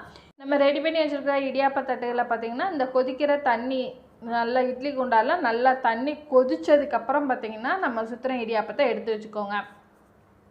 நார்மலாக செய்கிற பச்சரிசி இடியாப்பம், புழுங்கலரிசி இடியாப்பம் எல்லாத்துக்குமே பார்த்திங்கன்னா இட்லி எல்லாத்துக்குமே பார்த்திங்கன்னா இந்த மாதிரி நல்லா தண்ணி கொதித்ததுக்கப்புறம் எல்லாத்தையுமே வைங்க. அது ஒரு டேஸ்ட்டாக சூப்பராக இருக்கும். நம்ம சுற்றினா இடியாப்ப தட்டுகளை இந்த மாதிரி நம்ம இட்லி குண்டால ஒரு 5 நிமிஷம் வேக வச்சாலே போதும். ஏன்னா நம்ம ஏற்கனவே சுடு தண்ணியில் தான் பிசைஞ்சிருக்கோம். இந்த சத்துணவு மாவு வேகிறதுக்கு பார்த்திங்கன்னா ரொம்ப நேரம் ஆகாது. ஒரு 5 நிமிஷம் ஆனாலே போதும். நம்ம ஓப்பன் பண்ணி பார்த்துடலாம். வெந்துருச்சான்னு எப்படி செக் பண்ணுறதுன்னு பார்த்திங்கன்னா ஒரு நூல் மாதிரி எடுத்து இடியாப்பம் இருக்குது பார்த்திங்களா, அது ஒரு நூல் மாதிரி இருக்கும். அதை எடுத்து நீங்கள் நசுக்கி பார்த்தாங்கன்னா கையில் ஒட்டாமல் இருக்கும்.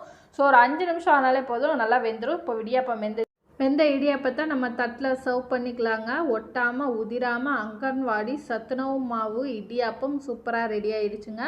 நீங்கள் குழந்தைங்களுக்கு இந்த அங்கன்வாடி சத்துணவு மாவை இடியாப்பம், கொழுக்கட்டை, புட்டு அந்த மாதிரி செஞ்சு கொடுத்தா குழந்தைங்க ரொம்ப விரும்பி சாப்பிடுவாங்க. ஸோ இடியாப்பம் பார்த்தீங்கனாலே தெரியும் ஒட்டாமல் உதிராமல் சூப்பராக ரெடி ஆகிடுச்சுங்க. சைடிஷாக துருவன தேங்காயும் பாலும் தான் எடுத்திருக்கேன். நீங்கள் தேங்காய் பால் கூட ஊற்றி சாப்பிட்லாம்.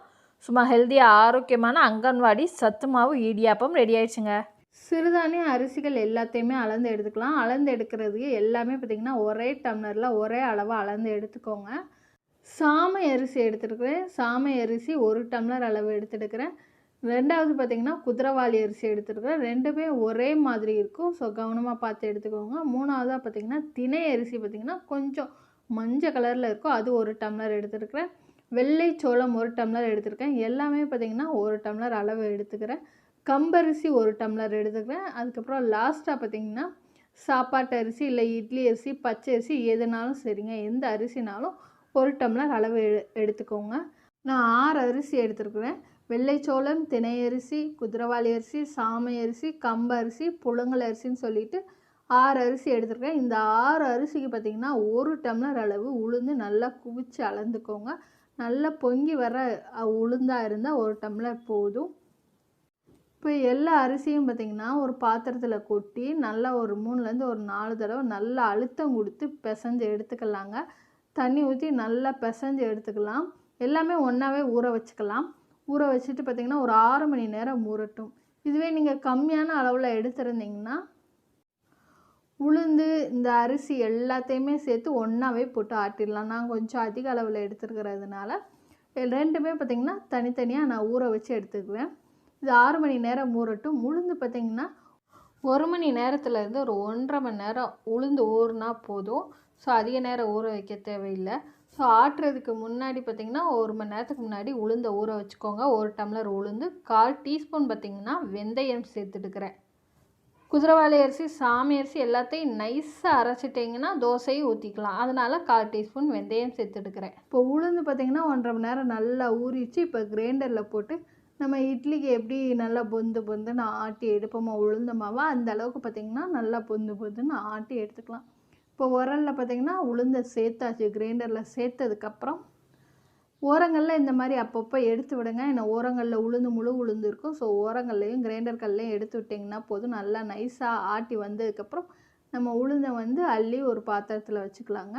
இப்போ கிரைண்டரில் பார்த்திங்கன்னா மறுபடியும் கொஞ்சம் தண்ணி விட்டு நம்ம குதிரைவாலி அரிசி, வெள்ளைச்சோளம், கம்பரிசி எல்லாம் வச்சுருந்தோம் பார்த்திங்களா, அதை இந்த ஸ்டேஜில் நல்லா சேர்த்துடலாங்க. சேர்த்துட்டு ஒரு 20லேருந்து ஒரு 25 நிமிஷம் ரொம்ப தண்ணி ஊற்றிடக்கூடாது. நம்ம இட்லி தோசைக்கெலாம் மாவு எந்த அளவுக்கு அரைப்போமோ அந்த அளவுக்கு அரைச்சா போதும். கொஞ்சம் நைஸாக அரைச்சிட்டிங்கன்னா இந்த மாவில் பார்த்திங்கன்னா நம்ம தோசையும் நல்லா ஊற்றி சாப்பிட்டுக்கலாங்க. நல்லா 20 நிமிஷம் 25 நிமிஷம் நல்லா அரைப்பட்டுருச்சு. இப்போ கல்லுப்பு சேர்க்குறதுனால 1/2 ஸ்பூன் அளவு கல்லுப்பு சேர்த்துட்டு நல்லா நைஸாக அரைஞ்சிருச்சு பாருங்கள்.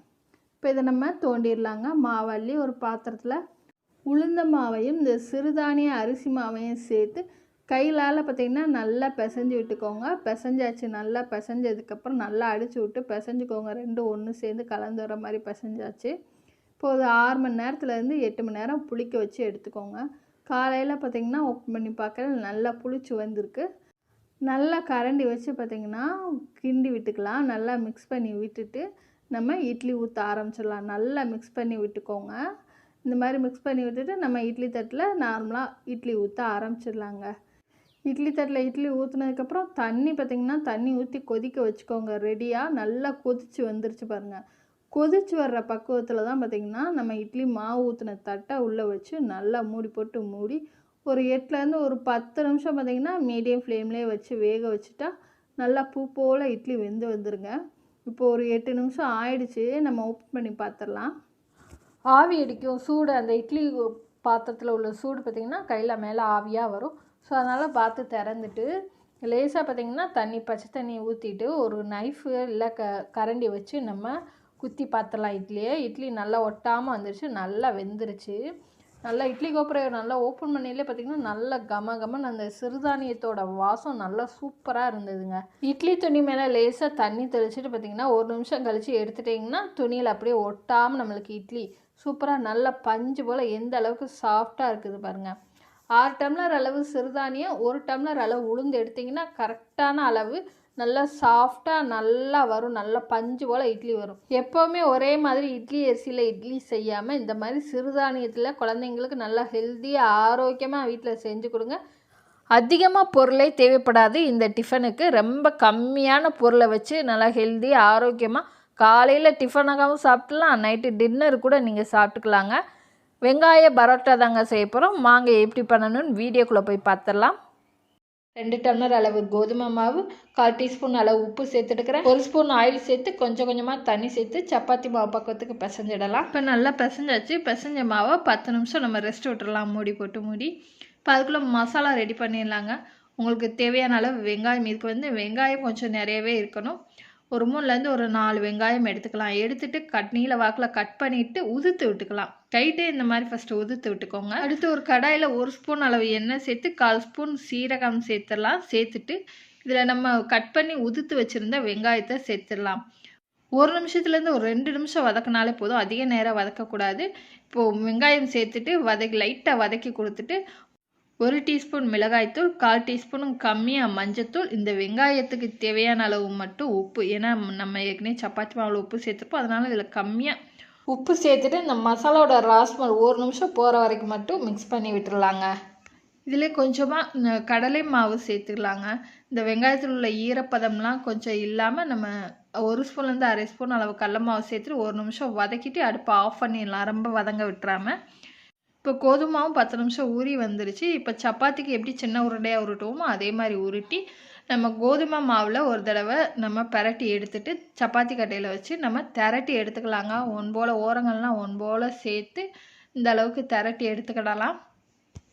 இதே மாதிரி நம்ம எல்லா மாவையுமே தேய்ச்சி எடுத்துக்கலாங்க. தேய்ச்சி எடுத்துட்டு நம்ம ரெடி பண்ண ஸ்டஃபிங்கை இப்போ இந்த சப்பாத்தி மேலே வச்சிடலாங்க. வச்சுட்டு எல்லா மாவுலேயும் சுற்றிலும் படுற மாதிரி நம்ம கரண்டி வச்சு நம்ம ஸ்ப்ரெட் பண்ணி விட்டுக்கலாம். எல்லாமே இந்த மாதிரி பாருங்கள், ஸ்ப்ரெட் பண்ணி விட்டுக்கலாம். இந்த ஆனியன் பரோட்டாக்கு கொஞ்சம் வெங்காயத்தோட ஃப்ளேவர் அதிகமாக இருக்கும்போது தான் எந்த ஒரு சைடிஷுமே தேவைப்படாது. அதனால் மசாலா நிறைய சேர்க்கறதுனால நீங்கள் சேர்த்துக்கிடலாம். மசாலா ஃபுல்லாமே நம்ம வச்சுட்டு இப்போ சுற்றிலும் நம்ம சப்பாத்தி மாவை சுற்றிலும் தண்ணி வச்சுட்டு இன்னொரு தேய்ச்ச சப்பாத்தியை ஸ்டஃபிங்க்கு மேலேயே வச்சு நம்ம தண்ணி தடவி இருந்தோம் இல்லையா, அது மேலேயே லேசாக அழுத்தம் கொடுத்துடலாம். அழுத்தம் கொடுத்துட்டு இப்போ இந்த ஸ்டஃபிங் பரோட்டாவுக்கு நான் 4 பீஸாக கட் பண்ணி எடுத்துக்கிறேங்க. ஒரு ஸ்டஃபிங்கை 4 பீஸாக கட் பண்ணும்போது 2 ஆனியன் பரோட்டா கிடைக்குங்க. ஒரு பீஸ் கட் பண்ண பீஸ்லேருந்து ஓரங்கள்லேருந்து உருட்டிட்டு அந்த உருட்டின பீஸை மேலே வச்சு இன்னொரு பீஸையும் உருட்டி எடுத்துக்கலாங்க. இப்படி ஒன்று மேலே ஒன்று வச்சு நம்ம உருட்டி எடுத்துக்கலாங்க. உங்களுக்கு இதை விட பெரிய லேயர் வேணுனாலும் 4யுமே மொத்தமாக ஒன்று மேலே வச்சு ஒன்று உருட்டி எடுத்துக்கிடலாம். ஒரு பரோட்டாவை எடுத்து கீழே மேலே எல்லாம் மாவு போட்டு தேய்ச்சிட்டு இந்த மாதிரி லைட்டாக அழுத்தம் கொடுத்துக்கோங்க. ஏன்னா கொஞ்சம் அதிகமாக மாவு போடும்போது தான் அந்த சப்பாத்தி கட்டையிலேருந்து எடுக்கிறதுக்கு ஈஸியாக வரும். அதனால் மாவு நிறையவே போட்டு இந்த மாதிரி நம்ம பரோட்டா ரெடி பண்ணி எடுத்துக்கிடலாம். இப்போ தோசைக்கல் சூடு ஆனதுக்கப்புறம் நம்ம ரெடி பண்ண ஆனியன் பரோட்டாவை சேர்த்துட்டு சுற்றி எண்ணெய் விட்டுட்டு மீடியம் ஃப்ளேம்லேயே நல்லா பொன்னிறமாக 2 பக்கம் நல்லா சவந்ததுக்கப்புறம் எடுத்துட்டா சூப்பரான ஆனியன் பரோட்டா இல்லை ஆனியன் சப்பாத்தி ரெடி ஆயிடுச்சுங்க. இன்னும் வேறு உங்களுக்கு மசாலா ஃப்ளேவர் அதிகம் சேர்க்கணும்னா நீங்கள் கரம் மசாலா கூட சேர்த்துக்கலாம். நான் வெறும் பார்த்திங்கன்னா மிளகாத்தூள், மஞ்சத்தூள் மட்டும்தான் சேர்த்துருக்கேன். நல்லா பாருங்கள், இந்த மாதிரி 2 பக்கம் நல்லா சவந்ததுக்கப்புறம் எடுத்துகிட்டு நம்ம தட்டில் சர்வ் பண்ணிடலாம். இந்த ஆனியன் பரோட்டா இல்லை ஆனியன் சப்பாத்தி பெருசாக எந்த சைடிஷுமே தேவையே இருக்காது. நம்ம உள்ளே வச்சிருந்தா அந்த வெங்காய ஸ்டஃபிங்கே போதுமானதாக இருக்கும். ஆனால் நான் எனக்கு பார்த்திங்கன்னா முட்டைத்தொக்கு, ஒரு சிம்பிளான முட்டைத்தொக்கு தான் செஞ்சுருக்கேன். டிஃபன் செய்கிறதுக்கு பார்த்திங்கன்னா 1 டம்ளர் அளவு பச்சரிசி இல்லைன்னா புழுங்கலரிசி எதுனாலும் எடுத்துக்கலாங்க. 1/2 டம்ளர் அளவு சிறுபருப்பு, பாசிப்பருப்பு எடுத்துருக்கிறேன். ரெண்டுமே பார்த்திங்கன்னா தண்ணி ஊற்றி நல்லா கழுவி எடுத்துக்கலாம். ஒரு 3லேருந்து 4 வாட்டி நல்லா கழுவி எடுத்துக்கிடலாம். கழுவுனதுக்கப்புறம் நல்ல தண்ணி ஊற்றி 1 டம்ளர் அளவு நல்ல தண்ணி ஊற்றி நான் ஒரு 10 நிமிஷம் ஊற வச்சு எடுத்துக்கிறேங்க.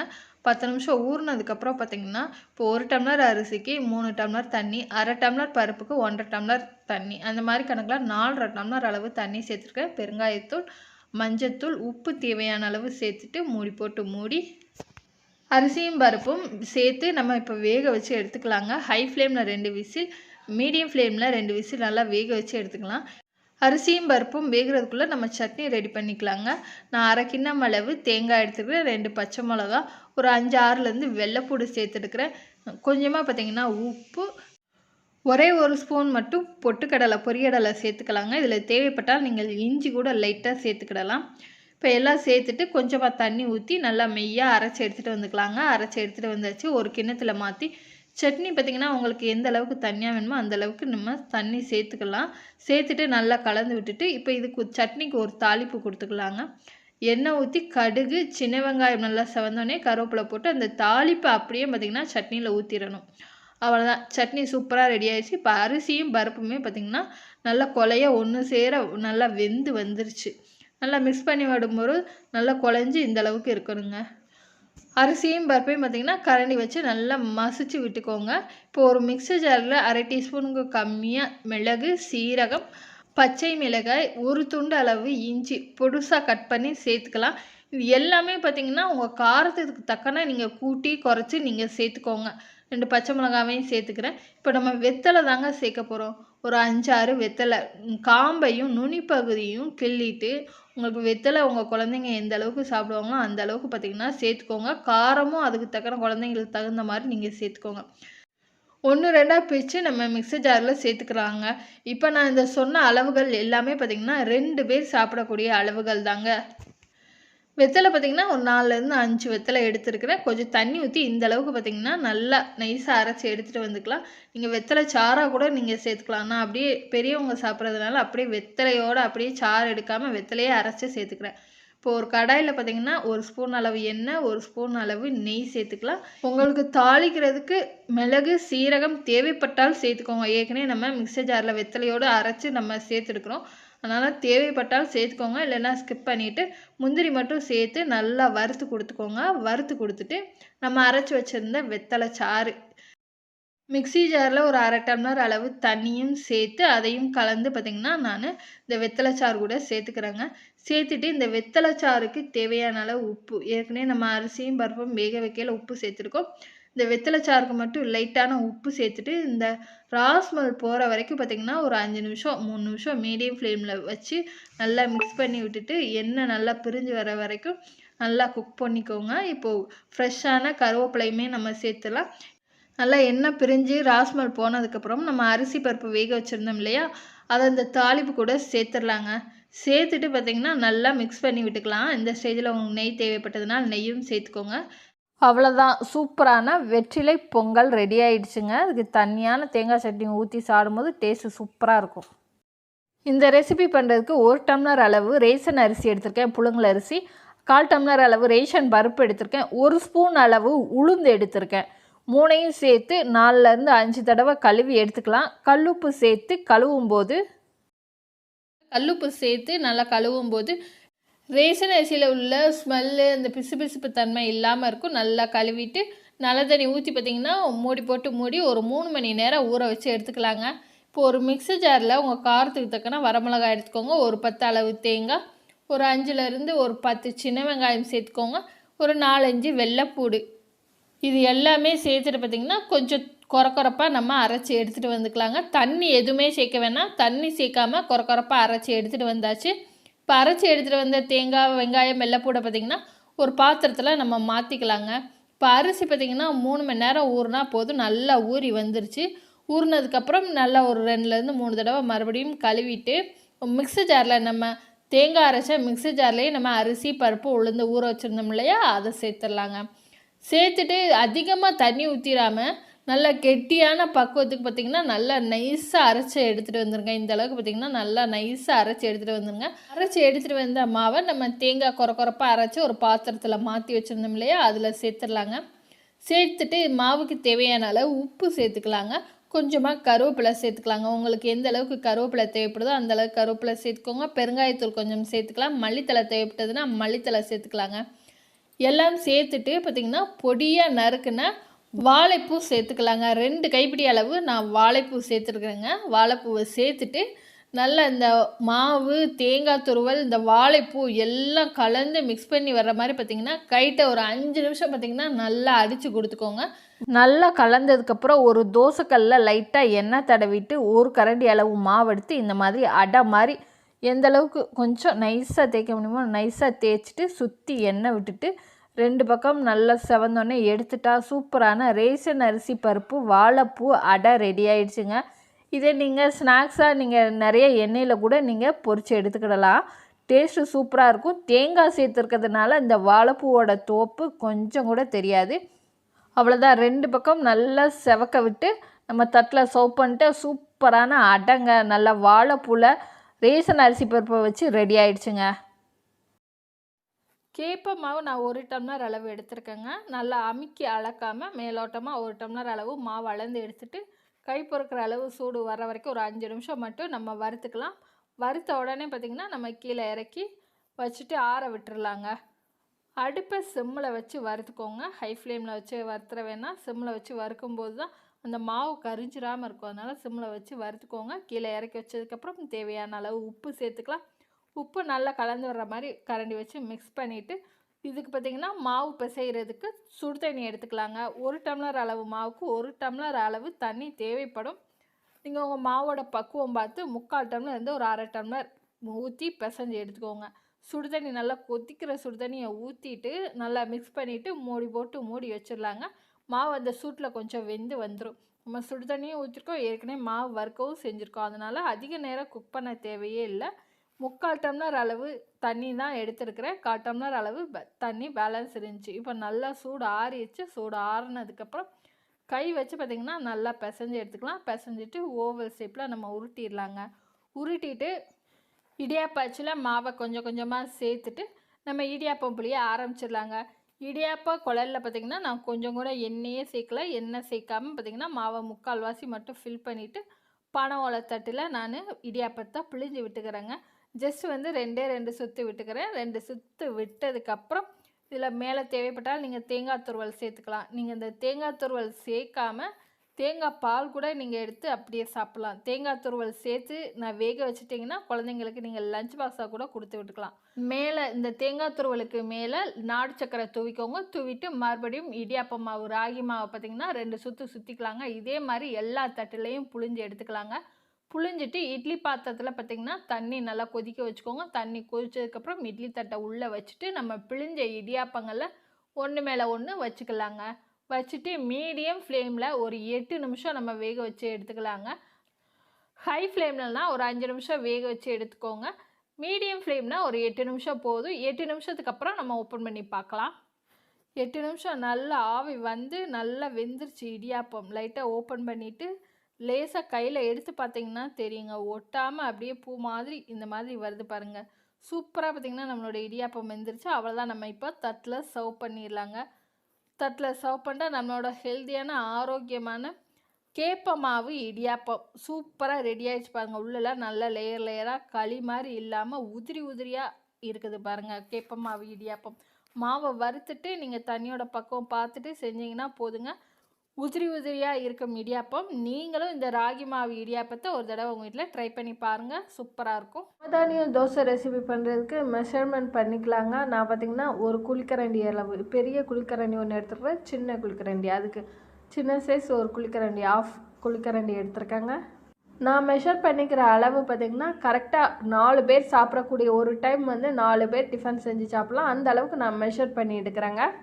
பெரிய குழிக்கரண்டி அளவுக்கு ஒரு கரண்டி அளவு இட்லி அரிசி சேர்த்துக்கிறேன். ஒரு கரண்டி அளவு உளுந்து சேர்த்துக்கிறேங்க. நான் முழு உளுந்து வெள்ளை உளுந்து சேர்த்துக்கிறேன். உங்ககிட்ட நீங்கள் கருப்பு உளுந்து தோலோடு இருந்தாலும் தோல் எடுக்காமல் அப்படியே சேர்த்துக்கலாங்க. இட்லி அரிசியும் உளுந்தும் மட்டும் ஒரு குழிக்கரண்டி அளவு ஃபுல்லாக சேர்த்துருக்குறேன். மற்ற பயிறு வகையெல்லாம் பார்த்தீங்கன்னா அரை குழிக்கரண்டி அளவு சேர்த்துருக்கேன். நீங்கள் இந்த கரண்டி இல்லாமல் டம்ளர் வச்சு மெஷர் பண்ணிங்கன்னா இட்லி அரிசியும் உளுந்தும் 1 டம்ளர் சேர்த்துக்கோங்க. மற்றதெல்லாம் அரை டம்ளர் சேர்த்துக்கோங்க. கருப்பு கொண்டக்கடலைங்க. கருப்பு கொண்டக்கடலை நான் பாதி அளவு அரை குழிக்கரண்டி அளவு எடுத்துருக்கிறேன். ராகி எடுத்திருக்கேன், பச்சைப்பயிறு எடுத்திருக்கேன், பட்டாணி எடுத்திருக்கேன்.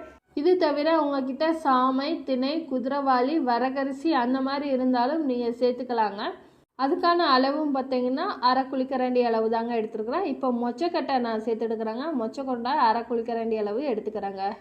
மொச்சக்கொட்டை சேர்த்துக்கங்க. நான் வெள்ளை மொச்சை சேர்த்துருக்கேன். உங்ககிட்ட கருப்பு மொச்சை இருந்தாலும் அதையுமே சேர்த்துக்கலாம். காராமணி, வெள்ளை காராமணி, அதுக்கப்புறம் கருப்பு காராமணி இருந்தாலும் அதையும் சேர்த்துக்கலாங்க. நான் இப்போ எல்லாமே சேர்த்துட்டேன் மேக்ஸிமம். இது கூடவே நிலக்கடலை, பச்சை நிலக்கடலை இருந்தால் சேர்த்துக்கலாம். கருப்பு கொண்டக்கடலை சேர்த்துட்டு இப்போ வெள்ளை கொண்டக்கடலை அரை டீஸ்பூன் அளவு நான் சேர்த்துக்கிறேங்க. லாஸ்ட்டாக பார்த்தீங்கன்னா மக்காச்சோளம் எடுத்துருக்குறேங்க. அவ்வளோதான். அரிசியும் உளுந்தையும் தவிர்த்து கிட்டத்தட்ட 9 வகை தானியங்கள் இதில் சேர்த்துட்டுக்கிறேன். ரொம்ப ரொம்ப ஹெல்த்தியாக இருக்கும். இவ்வளவும் சேர்க்கணுன்னு அவசியம் இல்லை. உங்ககிட்ட ஒரு 4 பயர் வகைகள் இருந்தாலும் போதும். வீட்டில் இருக்கிறத கலந்து சேர்த்து தோசை சுட்டு கொடுங்க. அவ்வளோ அருமையாக வரும். ஏன்னா பயிர் சாப்பிடாத குழந்தைங்களும் இந்த மாதிரி ஹை ப்ரோட்டீன் தோசை சுட்டு கொடுக்குறது ரொம்ப ரொம்ப ஹெல்த்தியாக இருக்கும். இந்த தானியங்கள்லாம் பார்க்குறதுக்கு கம்மியான அளவு எடுத்துருக்கிற மாதிரி இருக்கும். ஆனால் இது தண்ணி ஊற்றி நல்லா ஊற வச்சுட்டா பொசு பொசு பொசுன்னு நிறையா வந்த மாதிரி இருக்கும் தானியங்கள்லாம்.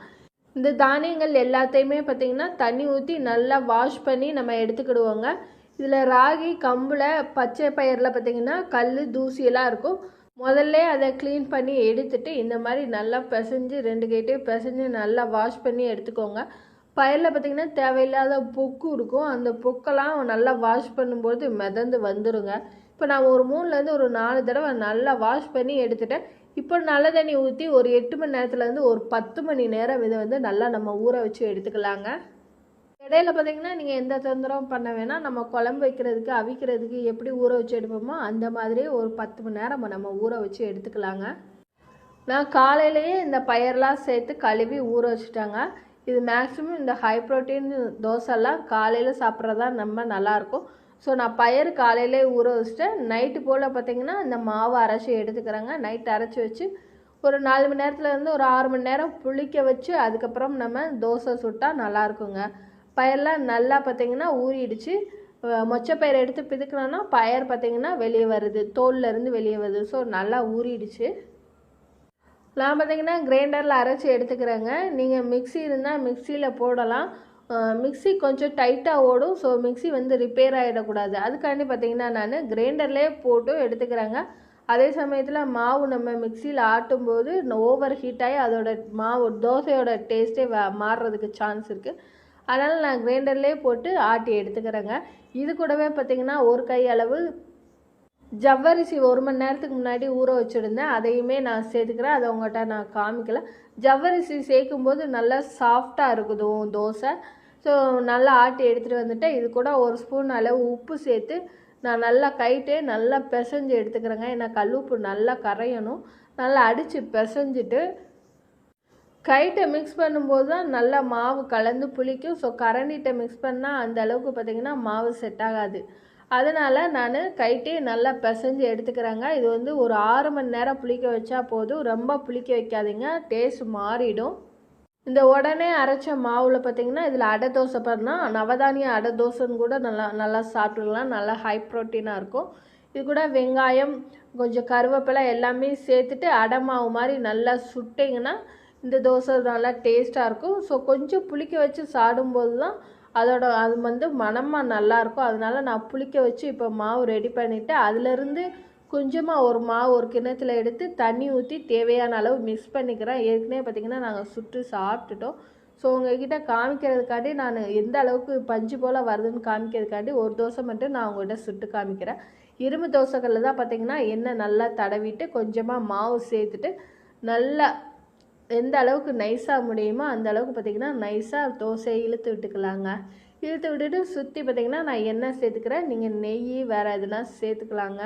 சுற்றி எண்ணெய் சேர்த்துட்டு லோ ஃப்ளேம்லேயே வச்சு நான் குக் பண்ணிவிட்டு தோசை வெந்தோடனே திருப்பி மாற்றி போட்டுக்கிறேங்க. இந்த நவதானியங்களை வச்சு நீங்கள் வடை கூட சுடலாங்க. நல்லா மாவு கெட்டியாக ஆட்டி நல்லா வடை மாதிரி கூட நீங்கள் சுட்டு கொடுக்கலாங்க. இப்போ ஒரு சைடு பார்த்திங்கன்னா நல்லா குக் ஆகிடுச்சு. இதை வந்து நம்ம பொறுமையாக அப்படியே மெதுவாக மாற்றி போட்டுக்கலாங்க.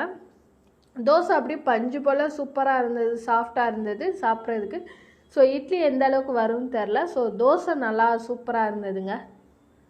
மாற்றி போட்டுட்டு ஒரு 20 செகண்ட்லேருந்து ஒரு 30 செகண்ட் மட்டும் நம்ம குக் பண்ணி எடுத்துகிட்டு நம்ம தோசை எடுத்துடலாங்க. அவ்வளோதாங்க, சூப்பரான ஒரு நவதானிய தோசை ரெடி ஆகிடுச்சுங்க. இது கார சட்னி ரொம்ப டேஸ்ட்டாக இருக்கும். தேங்காய் சட்னியுமே ரொம்ப நல்லாயிருக்கும். கருப்பு உளுந்து தொளி உளுந்து தான் எடுத்திருக்கேன். இந்த தொளி உளுந்தை 3 மணி நேரம் ஊற வச்சு நல்லா கழுவிட்டு தொலியோடமே பார்த்திங்கன்னா நல்லா வடிகட்டி ஃபில்ட்ரு பண்ணி வச்சுருக்கிறேங்க. இப்போ ஒரு மிக்ஸி ஜாரில் எந்த கப்பில் பார்த்திங்கன்னா தொளி உளுந்து அழுந்தமோ அதே கப்பில் 1/2 கப் அளவு தேங்காய் துருவல் சேர்த்துடலாம். சேர்த்துட்டு தண்ணி சேர்க்காமல் பூ போல் துருவி எடுத்துகிட்டு வந்துக்கலாங்க. இப்போ இது ஒரு ஓரமாக இருக்கட்டும். இப்போ ஒரு கடாயில் 1 ஸ்பூன் அளவு ஆயில் சேர்த்துடலாம். சேர்த்துட்டு சீரகம் 1/4 டீஸ்பூன் அளவு சேர்த்துக்கலாம். சீரகம் பொரிஞ்ச உடனே 1 டீஸ்பூன் அளவு குழம்பு கடலைப்பருப்பு சேர்த்துக்கலாம். இந்த கடலைப்பருப்பு நல்லா செவந்து வரணும். செவந்ததுக்கப்புறம் ஒரே ஒரு மீடியம் சைஸ் வெங்காயம், பொடியாக நறுக்கின வெங்காயம், ஒரே ஒரு பச்சை மிளகா. இந்த வெங்காயம் கலர் மாறினாலே போதும், அதிக நேரம் வேக தேவையில்லை. கலர் மாறினதுக்கப்புறம் ஒரு கைப்பிடி அளவு கருவேப்பிலை சேர்த்துக்கலாம். சேர்த்துட்டு நம்ம பூ போல் துருவின தேங்காய் சேர்த்துக்கிடலாம். தேங்காய் சேர்த்துட்டு ஜஸ்ட் வந்து வதக்கி கொடுத்துட்டு நம்ம அடுப்பை ஆஃப் பண்ணிடலாம். அந்த சூட்டுலேயே இந்த தேங்காய் வெந்து வந்தாலே போதும், அதிக நேரம் வேக வேணாம். எல்லாம் சேர்த்து ஒரு 2 நிமிஷம் வெந்தாலே போதும். இப்போ நல்லா மிக்ஸ் பண்ணி விட்டுட்டு ஆறட்டும். அதுக்குள்ளே பார்த்திங்கன்னா நம்ம ஊற வச்சு கழுவி எடுத்து வச்சுருந்த உளுந்தை தேங்காய் அரைச்ச மிக்ஸி ஜார்லேயே நான் சேர்த்துக்கிறேங்க. கொஞ்சம் கூட தண்ணியே சேர்க்கக்கூடாது. தண்ணி சேர்க்காம தண்ணியை வடிகட்டிட்டு நம்ம கருப்பு உளுந்து தொளி உளுந்தை சேர்த்துட்டு இதை வந்து பார்த்திங்கன்னா நல்லா நைஸாக அரைக்கக்கூடாது. 1 2 தான் அந்த மாதிரிக்கு 50% ஒரு பாதி அளவு அரைகிற மாதிரி கொரப்பாக அரைச்சி எடுத்துகிட்டு வந்துக்கலாம். இப்போ கொரப்பாக அரைச்சி எடுத்துகிட்டு வந்த உளுந்தை ஏற்கனவே நம்ம வதக்கி ஆற வச்சுருந்த தேங்காய் வெங்காயத்தோட சேர்த்துடலாங்க. இந்த ரெசிபிக்கு தேவையான அளவு 1/4 டீஸ்பூன் அளவு உப்பு சேர்த்துக்கிடலாம். அரிசி மாவு சேர்த்துக்கலாம். எல்லாம் ஒன்று சேர்ந்து நல்லா பைண்டிங் ஆகி வரணும். அதுக்காண்டி பார்த்திங்கன்னா 3 ஸ்பூன் அளவு அரிசி மாவு சேர்த்துருக்கேன். நான் சின்ன ஸ்பூனாக இருக்கிறதுனால 3 ஸ்பூன் அளவு சேர்த்துருக்கேன். நீங்கள் 1லேருந்து ஒரு 1½ ஸ்பூன் சேர்த்துக்கோங்க. 1/4 டீஸ்பூன் அளவு பெருங்காயத்தூள், ஒரு 10லேருந்து ஒரு 20 மிளகு சேர்த்துக்கலாம். எல்லாம் சேர்த்துட்டு இப்போ கையாலே எல்லாமே ஒன்று சேர்ந்து வர்ற மாதிரி நம்ம கையாலே நல்லா பிசைஞ்சு எடுத்துக்கலாங்க. அரிசி மாவு, நம்ம அரைச்சி போட்ட உளுந்து, வதக்கின தேங்காய் வெங்காயம் எல்லாம் ஒன்று சேர்ந்து கலந்து வர மாதிரி கைட்டே பார்த்திங்கன்னா இந்த மாதிரி நல்லா அழுத்தம் கொடுத்து பிசைஞ்சுக்கோங்க. ஒரு உருண்டையாக பார்த்திங்கன்னா இந்த அளவுக்கு நல்லா உருட்டி கொண்டு வந்துட்டு அதிலிருந்து நம்ம கொஞ்சமாக ஒரு உருண்டை சப்பாத்தி மாவுக்கு எப்படி நம்ம பெரிய உருண்டையாக எடுப்போமோ அதிலேருந்து இந்த மாதிரி ஒரு பெரிய உருண்டையாக நம்ம உருட்டி எடுத்துக்கலாங்க.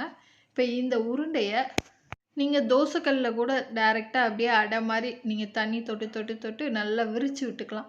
இன்றைக்கி நான் பார்த்திங்கன்னா தட்டு மேலே ஒரு வெள்ளை காட்டன் துணி சேர்த்துருக்கேன். சேர்த்துட்டு நம்ம எடுத்திருந்த ஒரு உருண்டையை இது மேலே வச்சு பக்கத்தில் பார்த்திங்கன்னா தண்ணி வச்சுக்கோங்க. தண்ணி தொட்டு கை விரலாலே இந்த மாதிரி விரித்து விட்டுக்கோங்க. இப்போ கை விரலால் உங்களால் விரித்து விட விருப்பம் இல்லைன்னா இந்த மாதிரி ஸ்பூனில் தண்ணி தொட்டு நல்லா மெல்லுசாக அடை மாதிரி தட்டி எடுத்துக்கிடலாம். இல்லை நீங்கள் வாழை இலையில கூட நல்லா மெல்லுசாக தட்டி அப்படியே தோசைக்கல்லில் சேர்த்துடலாம். இந்த அளவுக்கு பாருங்கள் நல்லா மெல்லுசாக தட்டியாச்சு. இப்போது அடுப்பில் தோசைக்கல் வச்சுட்டு மிதமான சூட்டில் இருக்கிற கல்லில் நம்ம தட்டின அடையை சேர்த்துடலாங்க. சேர்த்துட்டு 1 ஸ்பூன் அளவு எண்ணெயும் சுற்றி வர சேர்த்துட்டு 2லேருந்து 3 நிமிஷம் மீடியம் ஃப்ளேமில் வேக வச்சு எடுக்கணுங்க. அவ்வளோதான். 2 பக்கம் திருப்பி போட்டு வேக வச்சு எடுத்துடலாம். இப்போ ஒரு சைடு பார்த்திங்கன்னா சுற்றி எண்ணெய் விட்டுருக்கேன். 3 நிமிஷம் வேகட்டும். இப்போ மறுபடியும் நம்ம திருப்பி போட்டுடலாங்க. நல்லா வெந்துருச்சு. இப்போ திருப்பி போட்டுடலாம். திருப்பி போட்டதுக்கப்புறமும் 1 ஸ்பூன் அளவு இல்லை 1/2 ஸ்பூன் அளவு ஆயில் சேர்த்துக்கோங்க. சேர்த்துட்டு 2 பக்கம் பாருங்கள் நல்லா இந்த மாதிரி பொன்னிறமாக செவந்து வந்ததுக்கப்புறம் அவ்வளோதான், நம்ம தோசைக்கல்லேருந்து எடுத்துடலாங்க. இன்னொரு அடையும் நான் உங்களுக்கு செய்து காமிக்கிற மாதிரிங்க. அதே மாதிரி பார்த்திங்கன்னா நம்ம தட்டின அடையை சேர்த்துட்டு 1லேருந்து 2 ஸ்பூன் அளவு ஆயில் சேர்த்துட்டு திருப்பி போட்டதுக்கப்புறமா ஆயில் சேர்த்துட்டு 2 பக்கம் செவந்ததுக்கப்புறம் எடுத்துட்டிங்கன்னா சூப்பரான கருப்பு உளுந்து அடை ரெடி ஆயிடுச்சுங்க. அடுப்பு ஃப்ளேம் மீடியம் ஃப்ளேம்லேயே இருக்கணும். அப்போ தான் பார்த்திங்கன்னா நல்லா உள்ளெல்லாம் நல்லா வெந்து உள்ளெல்லாம் நல்லா சாஃப்டாக வெளியில் நல்லா முறுமுறுன்னு இருக்கும். இதுக்கு நல்லா தேங்காய் சட்னி வச்சு சாப்பிடும்போது சூப்பராக இருக்கும். சூப்பரான டேஸ்ட்டில் இருக்கும். அவ்வளோதான், 2 பக்கம் செவந்தோடனே நம்ம தட்டில் சர்வ் பண்ணிடலாம். ரேஷன் கோதுமை முழு கோதுமையில் காலையில் டிஃபன் 20 நிமிஷத்தில் ரெடி பண்ணிடலாங்க. ரேஷன் கோதுமையும் அரிசி எந்த அரிசினாலும் இருக்கலாம். ரேஷன் அரிசி, பச்சரிசி எதுனாலும் எடுத்துக்கிடலாம். ரேஷன் கோதுமை முழு கோதுமையை கல், தூசு, மண் எதுவுமே இல்லாமல் புடைச்சிட்டு 1 கப் அளவு எடுத்துருக்கேன். 1/2 கப் இல்லை 1/4 கப் அளவு அரிசியும் எடுத்துகிட்டு 2லேருந்து 3 நிமிஷம் ரெண்டையும் ஒன்றாவே சேர்த்து வறுத்துட்டு நம்ம ஆற வச்சு எடுத்துக்கலாம். ரெண்டுமே ஆறுறதுக்குள்ளே நம்ம இப்போ ஒரு சட்னி ரெடி பண்ணிக்கலாங்க. சிம்பிளான சட்னி தான், தேங்காய் சட்னி. 1/2 கப் அளவு தேங்காய் சேர்த்துருக்கிறேன். 2 பச்சை மிளகா, சின்ன பூண்டாக இருக்கிறதுனால நான் 10 பல் அளவு பூண்டு சேர்த்துருக்கேன். ஒரே 1 ஸ்பூன் மட்டும் பொரிக்கடலை சேர்த்துருக்கேன். 1/4 டீஸ்பூனுக்கு கம்மியாக உப்பு சேர்த்துருக்கிறேன். நீங்கள் இதில் தேவைப்பட்டால் இஞ்சி, புளி எதுனாலும் சேர்த்துக்கலாம். சேர்த்துட்டு தண்ணி கொஞ்சம் 1 ஸ்பூன்லேருந்து 2 ஸ்பூன் அளவு சேர்த்துட்டு 3/4 பதம், ரொம்ப நைஸாக அரைச்சிடாமல் 3/4 பதம் அரைச்சி எடுத்துகிட்டு வந்தாச்சு. அரைச்சி எடுத்துகிட்டு வந்ததுக்கு நம்ம இப்போ சட்னிக்கு தாளிப்பு கொடுத்துடலாங்க. எண்ணெய் சேர்த்து கடுகு வெடித்து சின்ன வெங்காயம் நல்லா கலர் மாதிரி இந்த அளவுக்கு கலர் மாறினதுக்கப்புறம் கருவேப்பிலை சேர்த்துட்டு நம்ம அரைச்சி வச்சிருந்த சட்னியும் சேர்த்துலாம். தேவையான அளவு தண்ணி சேர்த்துட்டு நம்ம கலந்து விட்டுட்டா சூப்பரான சட்னி ரெடி ஆகிடுங்க. உங்களுக்கு தண்ணியாக தேவைப்பட்டதுன்னா எக்ஸ்ட்ரா தண்ணி சேர்த்து கூட நீங்கள் தண்ணி சட்னி மாதிரி சாப்பிடலாம். இல்லை கட்டியாக சட்னி வேணும்னாலும் தண்ணி சேர்க்காம நல்லா கட்டியாக வச்சு சாப்பிட்டுக்கலாம். அவ்வளோதான், சட்னி ரெடி பண்ணியாச்சு. இப்போ அரிசியும் கோதுமையும் நல்லாவே ஆறி வந்துட்டுக்கும். அதை ஒரு பாத்திரத்தில் மாற்றிடலாம். மாற்றிட்டு தண்ணி சேர்த்து 3லேருந்து 4 தடவை நல்லா அலசி எடுத்துக்கோங்க. நல்லா கோதுமையும் அரிசியையும் கைட்ட நல்லா அழுத்தம் கொடுத்து 3லேருந்து 4 தடவை அந்த அளவுக்கு நல்லா அலசி தண்ணியை வடித்து எடுத்துகிட்டு வந்துக்கோங்க. கழுவி எடுத்துகிட்டு வந்த அரிசியும் கோதுமையும் மிக்ஸி ஜாரில் சேர்த்துடலாங்க. தண்ணியை வடிச்சிட்டு சேர்த்துக்கிடலாம். இதில் இன்னும் உங்களுக்கு காரசாரமாக நீங்கள் சாப்பிட்ணுன்னு நினச்சிங்கன்னா இஞ்சி, வரமிளகா சேர்த்துக்கலாம். ஜீரகம் சேர்த்து அரைச்சி எடுத்துக்கிடலாம். நான் அது எதுவுமே சேர்க்காம 1/4 டீஸ்பூன் அளவு உப்பு சேர்த்துட்டு தண்ணியும் சேர்த்துட்டு நைஸாக அரைச்சி எடுத்துகிட்டு வந்துக்கிறேன். உங்களுக்கு மாவு தண்ணியாக தேவைப்பட்டதுன்னா எக்ஸ்ட்ரா கூட நீங்கள் தண்ணி சேர்த்துக்கலாம். இல்லை மாவு உங்களுக்கு திக்னஸாக கட்டியாக வேணும்னாலும் நீங்கள் அளவாக தண்ணி ஊற்றி மாவை கரெக்டான பக்குவத்தில் கரைச்சி எடுத்துக்கிடலாம். இந்த ஸ்டேஜில் நான் கொஞ்சமாக சீரகம் சேர்த்துருக்கேன். சேர்த்துட்டு நல்லா மிக்ஸ் பண்ணி விட்டுக்கலாம். ஏற்கனவே உப்பு சேர்த்தாச்சு, வேறு எதுவும் சேர்க்க வேணாம். சீரகம் மட்டும் நான் சேர்த்து நல்லா கலந்து விட்டுட்டு, தோசைக்கல்ல லைட்டாக எண்ணெய் தடவிட்டு கரைச்சி வச்சுருந்த மாவை நான் ஊற்றிக்கிறேங்க.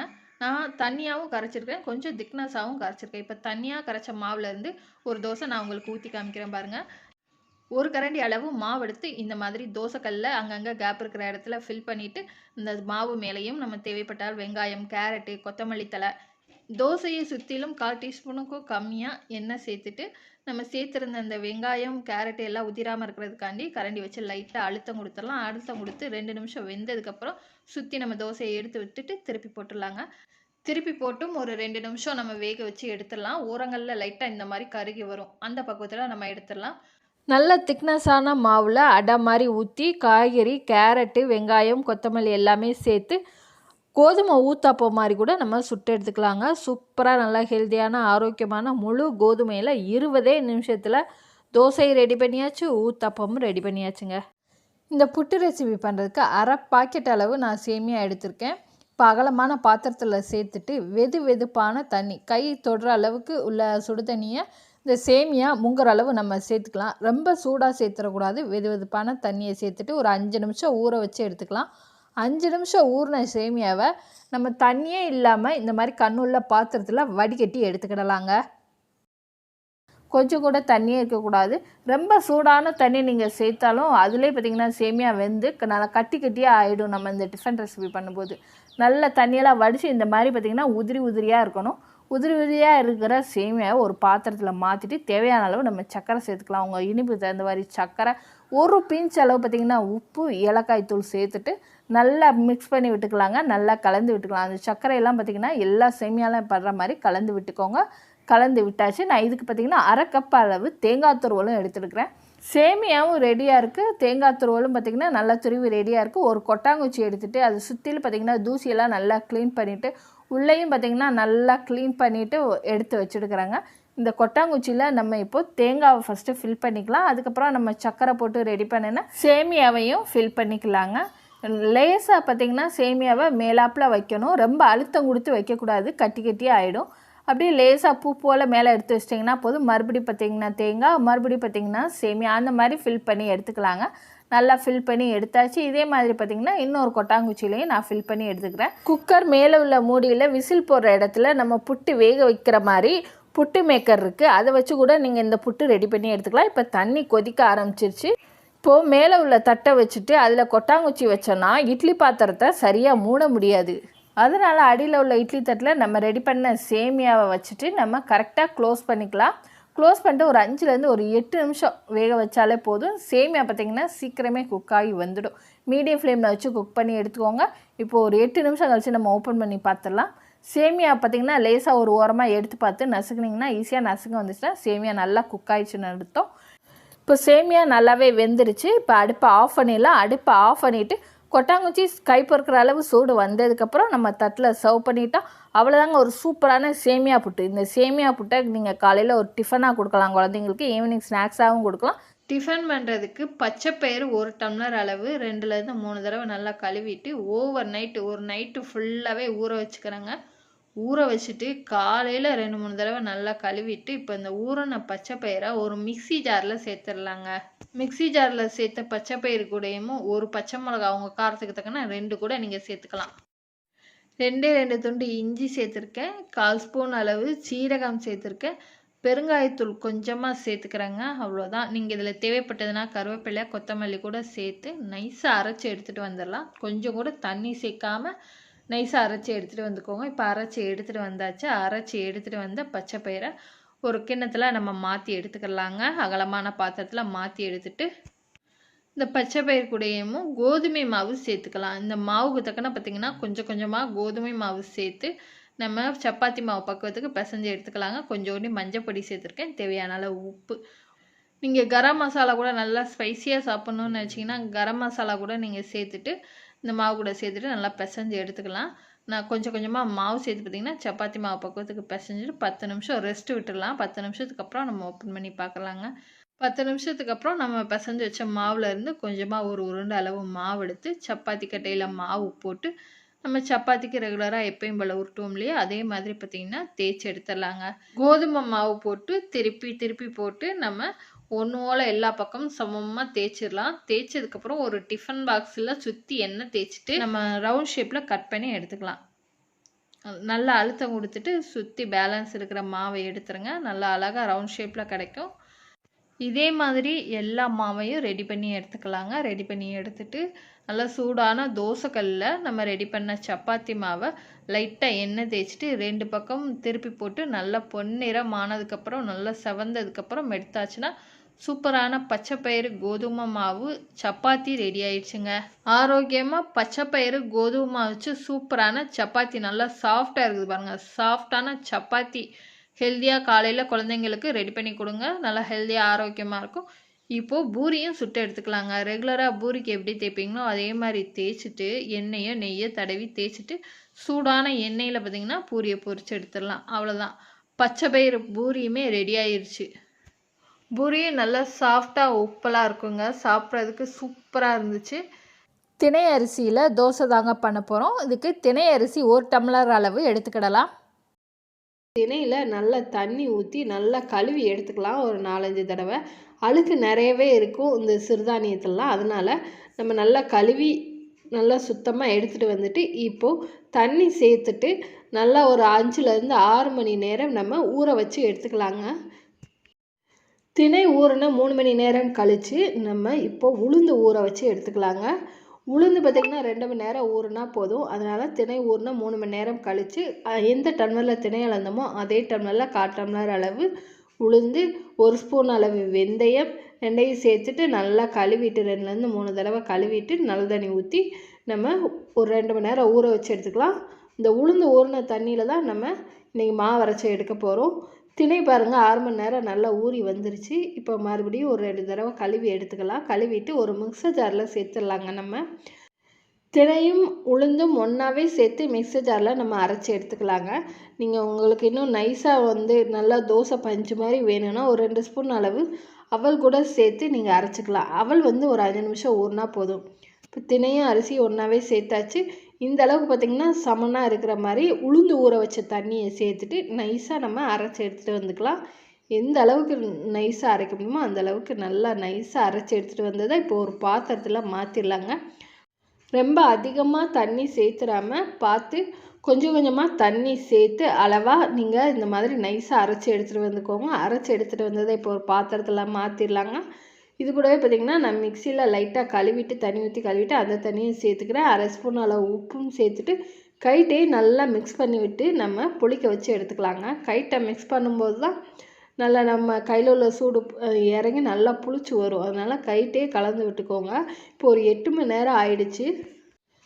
8 மணி நேரம் ஆயிடுச்சு. நல்லா மாவு புளிச்சு வந்திருக்குது பாருங்கள். இப்போ கரண்டி வச்சு நல்லா மிக்ஸ் பண்ணி நம்மளுக்கு தோசை மாவு ரெடி ஆயிடுச்சு. தோசை சுடுறதுக்கு முன்னாடி நம்ம இதுக்கு ஒரு சின்ன வெங்காய கார சட்னி ரெடி பண்ணிடலாங்க. ஒரு கடாயில் கொஞ்சமாக 1/2 ஸ்பூன் அளவு எண்ணெய் சேர்த்துட்டு 5லேருந்து 6 வரமிளகாவை சேர்த்துட்டு ஒரு 30 செகண்ட் மட்டும் வறுத்து விட்டுட்டு ஒரு 20 சின்ன வெங்காயத்தை சேர்த்துக்கலாம்.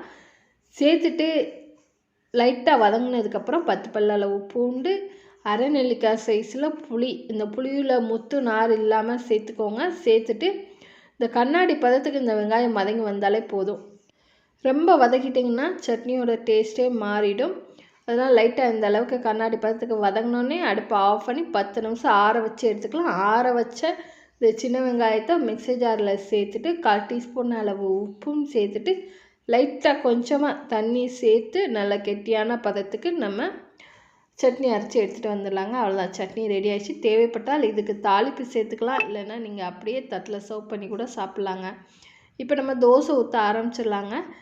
தோசைகளில் லைட்டாக எண்ணெய் தடவிட்டு ஒரு கரண்டி அளவு மாவு எடுத்து நல்லா நைஸாக எந்த அளவுக்கு பாருங்கள் இந்த அளவுக்கு நைஸாக நல்லா கரண்டி வச்சு தேய்ச்சி விட்டு தோசையை சுற்றி ஒரு 1/4 டீஸ்பூன் அளவு எண்ணெய் சேர்த்துட்டு 1 நிமிஷம் நல்லா சிம்லேயே வேக வச்சு பாருங்கள்.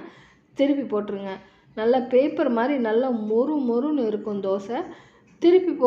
தோசையை திருப்பி போட்டும் 1 நிமிஷம் நம்ம வேக வச்சு எடுத்துட்டா சூப்பரான திணையில் மொறு தோசை ரெடி ஆயிடுச்சுங்க. இதே மாவில் நம்ம அப்படியே பணியாரம் கூட நம்ம ஊற்றி எடுக்கலாங்க. ஒரு பணியாரக்கல்லில் நல்லா எண்ணெய் தடவிட்டு நம்ம ரெடி பண்ண தினை மாவை ஒரு குழியில் முக்கால்வாசி மட்டும் ஃபில் பண்ணிக்கோங்க. ஃபில் பண்ணிவிட்டு 3 நிமிஷம் வேக வச்சுட்டு, வேக வச்ச நம்ம பணியாரத்தை திருப்பி போட்ட பணியாரத்து மேலே உங்களுக்கு தேவைப்பட்டதுன்னா எண்ணெய் சேர்த்துட்டு மறுபடியும் 3 நிமிஷம் வேக வச்சு நல்லா எடுத்துட்டிங்கன்னா சூப்பரான மொறு மொறு பணியாரம் ரெடி ஆகிடுச்சுங்க. இதே மாவில் எண்ணெய், கடுகு, கடலப்பருப்பு, கேரட்டு சேர்த்து நல்லா பணியாரம் செய்யும்போது இன்னும் ஹெல்த்தியாக ஆரோக்கியமாக இருக்கும். தினை மாவில் சூப்பரான குழிப்பணியாரமும் செஞ்சாச்சு, நல்ல மொறு மொறுன்னு பேப்பர் தோசையும் செஞ்சாச்சுங்க. இந்த புட்டு ரெசிபி ரெடி பண்ணுறதுக்கு பார்த்திங்கன்னா 1 டம்ளர் அளவு ரேஷன் புழுங்கலரிசியை நல்லா 5லேருந்து 6 தடவை நல்லா கழுவி எடுத்துக்கோங்க. கல்லுப்பு சேர்த்து நல்லா அழுத்தம் கொடுத்து பிசைஞ்சு நல்லா பளிச்சுன்னு கழுவி எடுத்துக்கோங்க. கழுவுனதுக்கப்புறம் தண்ணி எல்லாம் வடிச்சிட்டு ஒரு கொட்டாங்குச்சி நிறையா அரிசியை ஃபில் பண்ணி எடுத்துக்கோங்க. கொட்டாங்குச்சியில் தண்ணி வடித்த அரிசியை பார்த்திங்கன்னா அள்ளி வச்சுக்கலாங்க. நான் 2 கொட்டாங்குச்சியிலையும் இந்த மாதிரி பார்த்திங்கன்னா அள்ளி வச்சுக்கிறேன். ஒரு 3/4 மட்டும் இருக்கிற மாதிரி எடுத்து கொட்டாங்குச்சியில் வச்சுக்கோங்க. இட்லி பாத்திரத்தில் பார்த்திங்கன்னா தண்ணி கொதிக்க ஆரம்பிச்சிச்சு. தண்ணி கொதிச்சோடனே பார்த்திங்கன்னா நம்ம கழுவி கொட்டாங்குச்சியில் அரிசி வச்சுருந்தோம். அந்த அரிசியை பார்த்திங்கன்னா ஒரு 3 நிமிஷம் மட்டும் ஆவியில் நல்லா வேக வச்சு எடுத்துக்கோங்க. அதுக்கு மேலே வேக தேவையில்லை. 2லேருந்து ஒரு 3 நிமிஷம். இப்போ ஒரு 3 நிமிஷம் பார்த்திங்கன்னா ஹை ஃப்ளேமில் அரிசி நல்லா வெந்து வந்துட்டுருக்கும். இப்போ ஓப்பன் பண்ணிவிட்டு நம்ம அடுப்பை ஆஃப் பண்ணிடலாங்க. அடுப்பை ஆஃப் பண்ணிவிட்டு இது பார்த்திங்கன்னா கொஞ்சம் நேரம் ஆற விட்டதுக்கப்புறம் தட்டில் மாற்றி நம்ம ஆற வச்சு எடுத்துக்கலாங்க. அரிசி பார்த்திங்கன்னா நல்லா ஆறி வரணும். நல்லா கமன்னு கொட்டாங்குச்சி வாசத்தோட அரிசி பார்த்திங்கன்னா ஒரு 3 நிமிஷம் வேக வச்சு ஒரு புட்டு ரெடி பண்ணி பாருங்கள், சூப்பராக இருக்கும். 3 நிமிஷம் ஆவியில் வேக வச்ச அரிசி பார்த்திங்கன்னா ஆறட்டும். ஆறினதுக்கப்புறம் நம்ம ஒரு மிக்சர் ஜாரில் சேர்த்துக்கலாம். இந்த அரிசியை சேர்த்துட்டு தண்ணி ஊற்றக்கூடாது. 2 ஏலக்காவும் சேர்த்துட்டு நம்ம கொரப்பாக விட்டு அரைச்சி எடுத்துகிட்டு வந்துக்கலாங்க மிக்சியில். இந்த அரைச்சி எடுத்துகிட்டு வந்த அரிசி மாவு, ரேஷன் அரிசி மாவை ஒரு சல்லடையில் சேர்த்து நம்ம நல்லா சலிச்சு எடுத்துக்கலாம். அப்போ தான் பார்த்திங்கன்னா நம்ம புட்டு ரெடி பண்ணும்போது நல்லா நைஸாக இருக்கும். இந்த அளவுக்கு பார்த்திங்கன்னா நல்லா மாவு ரெடி ஆகிடுச்சு. புட்டு மாவு பிடிக்க வரணும், ஊற்றி விடணும். அதான் பார்த்திங்கன்னா சரியான பக்குவம். தண்ணி எதுவுமே சேர்க்க வேணாம். அரிசி தண்ணியில் ஊறின ஈரப்பதமே போதும். எதுவும் தண்ணி தெளிக்காமல் மாவை ரெடி பண்ணி எடுத்துகிட்டு ஒரு வெள்ளை காட்டன் துணியில் நம்ம ரெடி பண்ண புட்டு மாவை மடித்து இந்த மாதிரி பார்த்திங்கன்னா மடித்து விட்டுக்கோங்க. ரொம்ப அழுத்தம் கொடுத்து மடிக்க வேணாம். லேசாக மடிப்பு இந்த மாதிரி மடிச்சுட்டு இட்லி குண்டால நல்லா பார்த்திங்கன்னா தண்ணி கொதிக்கிற அளவுக்கு வந்த விட்டு ஒரு இட்லி தட்டை போட்டு நம்ம ரெடி பண்ண புட்டு மாவை பார்த்திங்கன்னா ஆவியில் வேக வச்சு எடுத்துக்கலாம். ஒரு 8லேருந்து ஒரு 10 நிமிஷம் வெந்தாலே போதும். நல்லா பூ போல் புட்டு மாவு நல்லா வெந்து வந்துடும். மீடியம் ஃப்ளேம்லேயே ஒரு 10 நிமிஷம் வேக வச்சு எடுத்தாச்சு. இப்போ ஓப்பன் பண்ணி பார்த்துட்டு புட்டு வெந்துருச்சா என்னன்னு சொல்லிட்டு நம்ம பார்த்துடலாம். துணி பார்த்திங்கன்னா நல்லா சூடாக இருக்கும். ஸோ மெதுவாக ஓப்பன் பண்ணி பார்த்துட்டு கொஞ்சோண்டு மாவு எடுத்து இந்த மாதிரி திரித்து பார்த்திங்கன்னா திரிக்க வரணும். இந்த மாதிரி திரிக்க வந்துருச்சுனாலே புட்டு மாவு நல்லா வெந்துருச்சுன்னு அர்த்தம். இப்போ புட்டு மாவு பார்த்திங்கன்னா ஒரு அகலமான பாத்திரத்தில் கொட்டிட்டு லேசாக உடச்சி விட்டிங்கன்னா போதும், நல்லா உதிரியாக வந்துடும். இப்போ தேவையான அளவு நம்ம சர்க்கரை சேர்த்துக்கலாங்க. உங்களுக்கு தேவைக்கேற்ப சேர்த்துக்கோங்க. நான் 2 ஸ்பூன் அளவு சர்க்கரை சேர்த்துக்கிறேன். சேர்த்துட்டு இப்போ புட்டு மேக்கர் இல்லாமல் பார்த்திங்கன்னா நம்ம புட்டு அச்சு அப்படியே கொலா புட்டு மாதிரி நம்ம ரெடி பண்ணிடலாங்க. நல்லா உடச்சி விட்டுட்டு இப்போ ஒரு டம்ளரில் தேங்காய் சேர்த்துட்டு இந்த மாவை பார்த்திங்கன்னா நல்லா அழுத்தம் கொடுத்துக்கோங்க. மாவு டம்ளர் நிறையா ஃபில் பண்ணிட்டு அழுத்தம் கொடுத்துட்டு இந்த மாதிரி அச்சு வச்சு எடுத்திங்கன்னா போதுங்க. கொலா இல்லாமல் கொலா புட்டு டம்ளரில் ரேஷன் புழுங்கலரிசியில் ஆவியில் 3 நிமிஷம் வேக வச்சு ரெடி பண்ணியாச்சுங்க.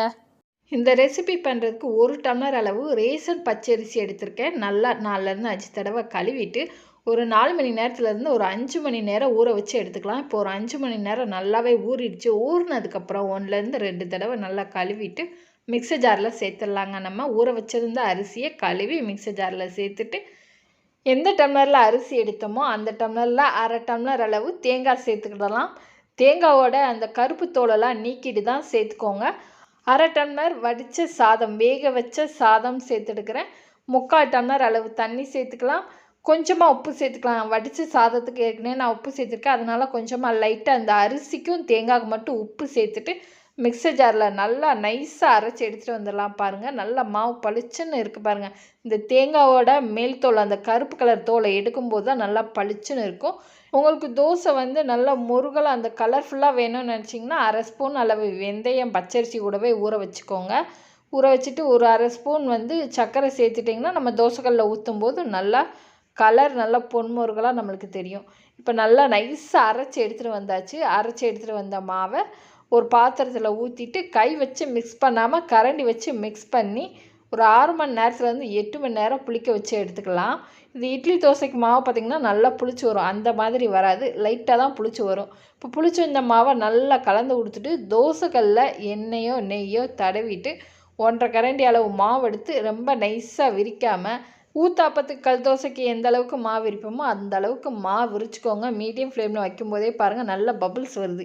இது ஒன் சைடு தோசை தான், திருப்பி போட தேவையில்லை. அதனால் மூடி போட்டு மூடி 30 செகண்ட்லேருந்து 1 நிமிஷம் வேக வச்சிங்கன்னா போதும். மேலெல்லாம் மாவு வெந்து வந்துடும்.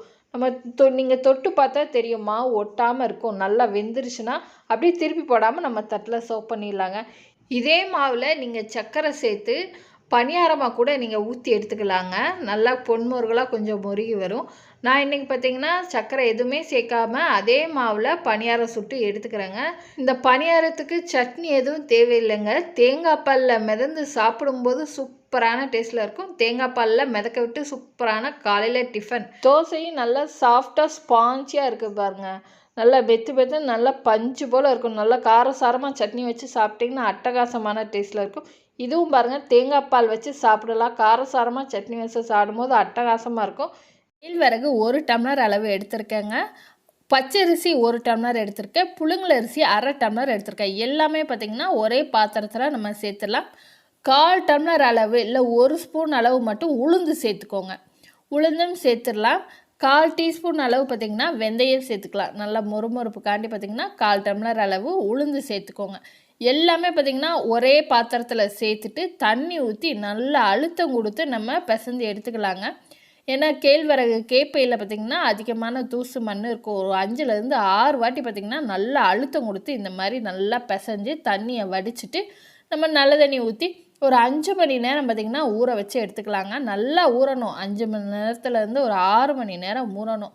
எல்லாமே நம்ம ஒன்றா சேர்த்துக்கிறோம். கம்மியான அளவு தான் எடுத்துருக்கோம். அதனால் ஒன்றாவே சேர்த்துடலாம். இப்போ மூடி போட்டு மூடிட்டு ஒரு 5 மணி நேரம் கழித்து ஓப்பன் பண்ணி பார்க்கலாங்க. மறுபடியும் 5 மணி நேரம் கழித்து நம்ம ஓப்பன் பண்ணிடலாம். ஓப்பன் பண்ணிவிட்டு பார்த்திங்கன்னா மறுபடியும் ஒரு 2 தடவை கழுவிக்கோங்க. ஏன்னா 5 மணி நேரம் ஊறி இருக்குது. ஊற ஸ்மெல் வராமல் இருக்கிறதுக்காண்டி மறுபடியும் ஒரு 2 தடவை அழுத்தம் கொடுத்து பிசைஞ்சு எடுத்துக்கோங்க. பிசைஞ்சதுக்கப்புறம் ஒரு கிரைண்டரில் நம்ம சேர்த்து அரைச்சிக்கலாங்க.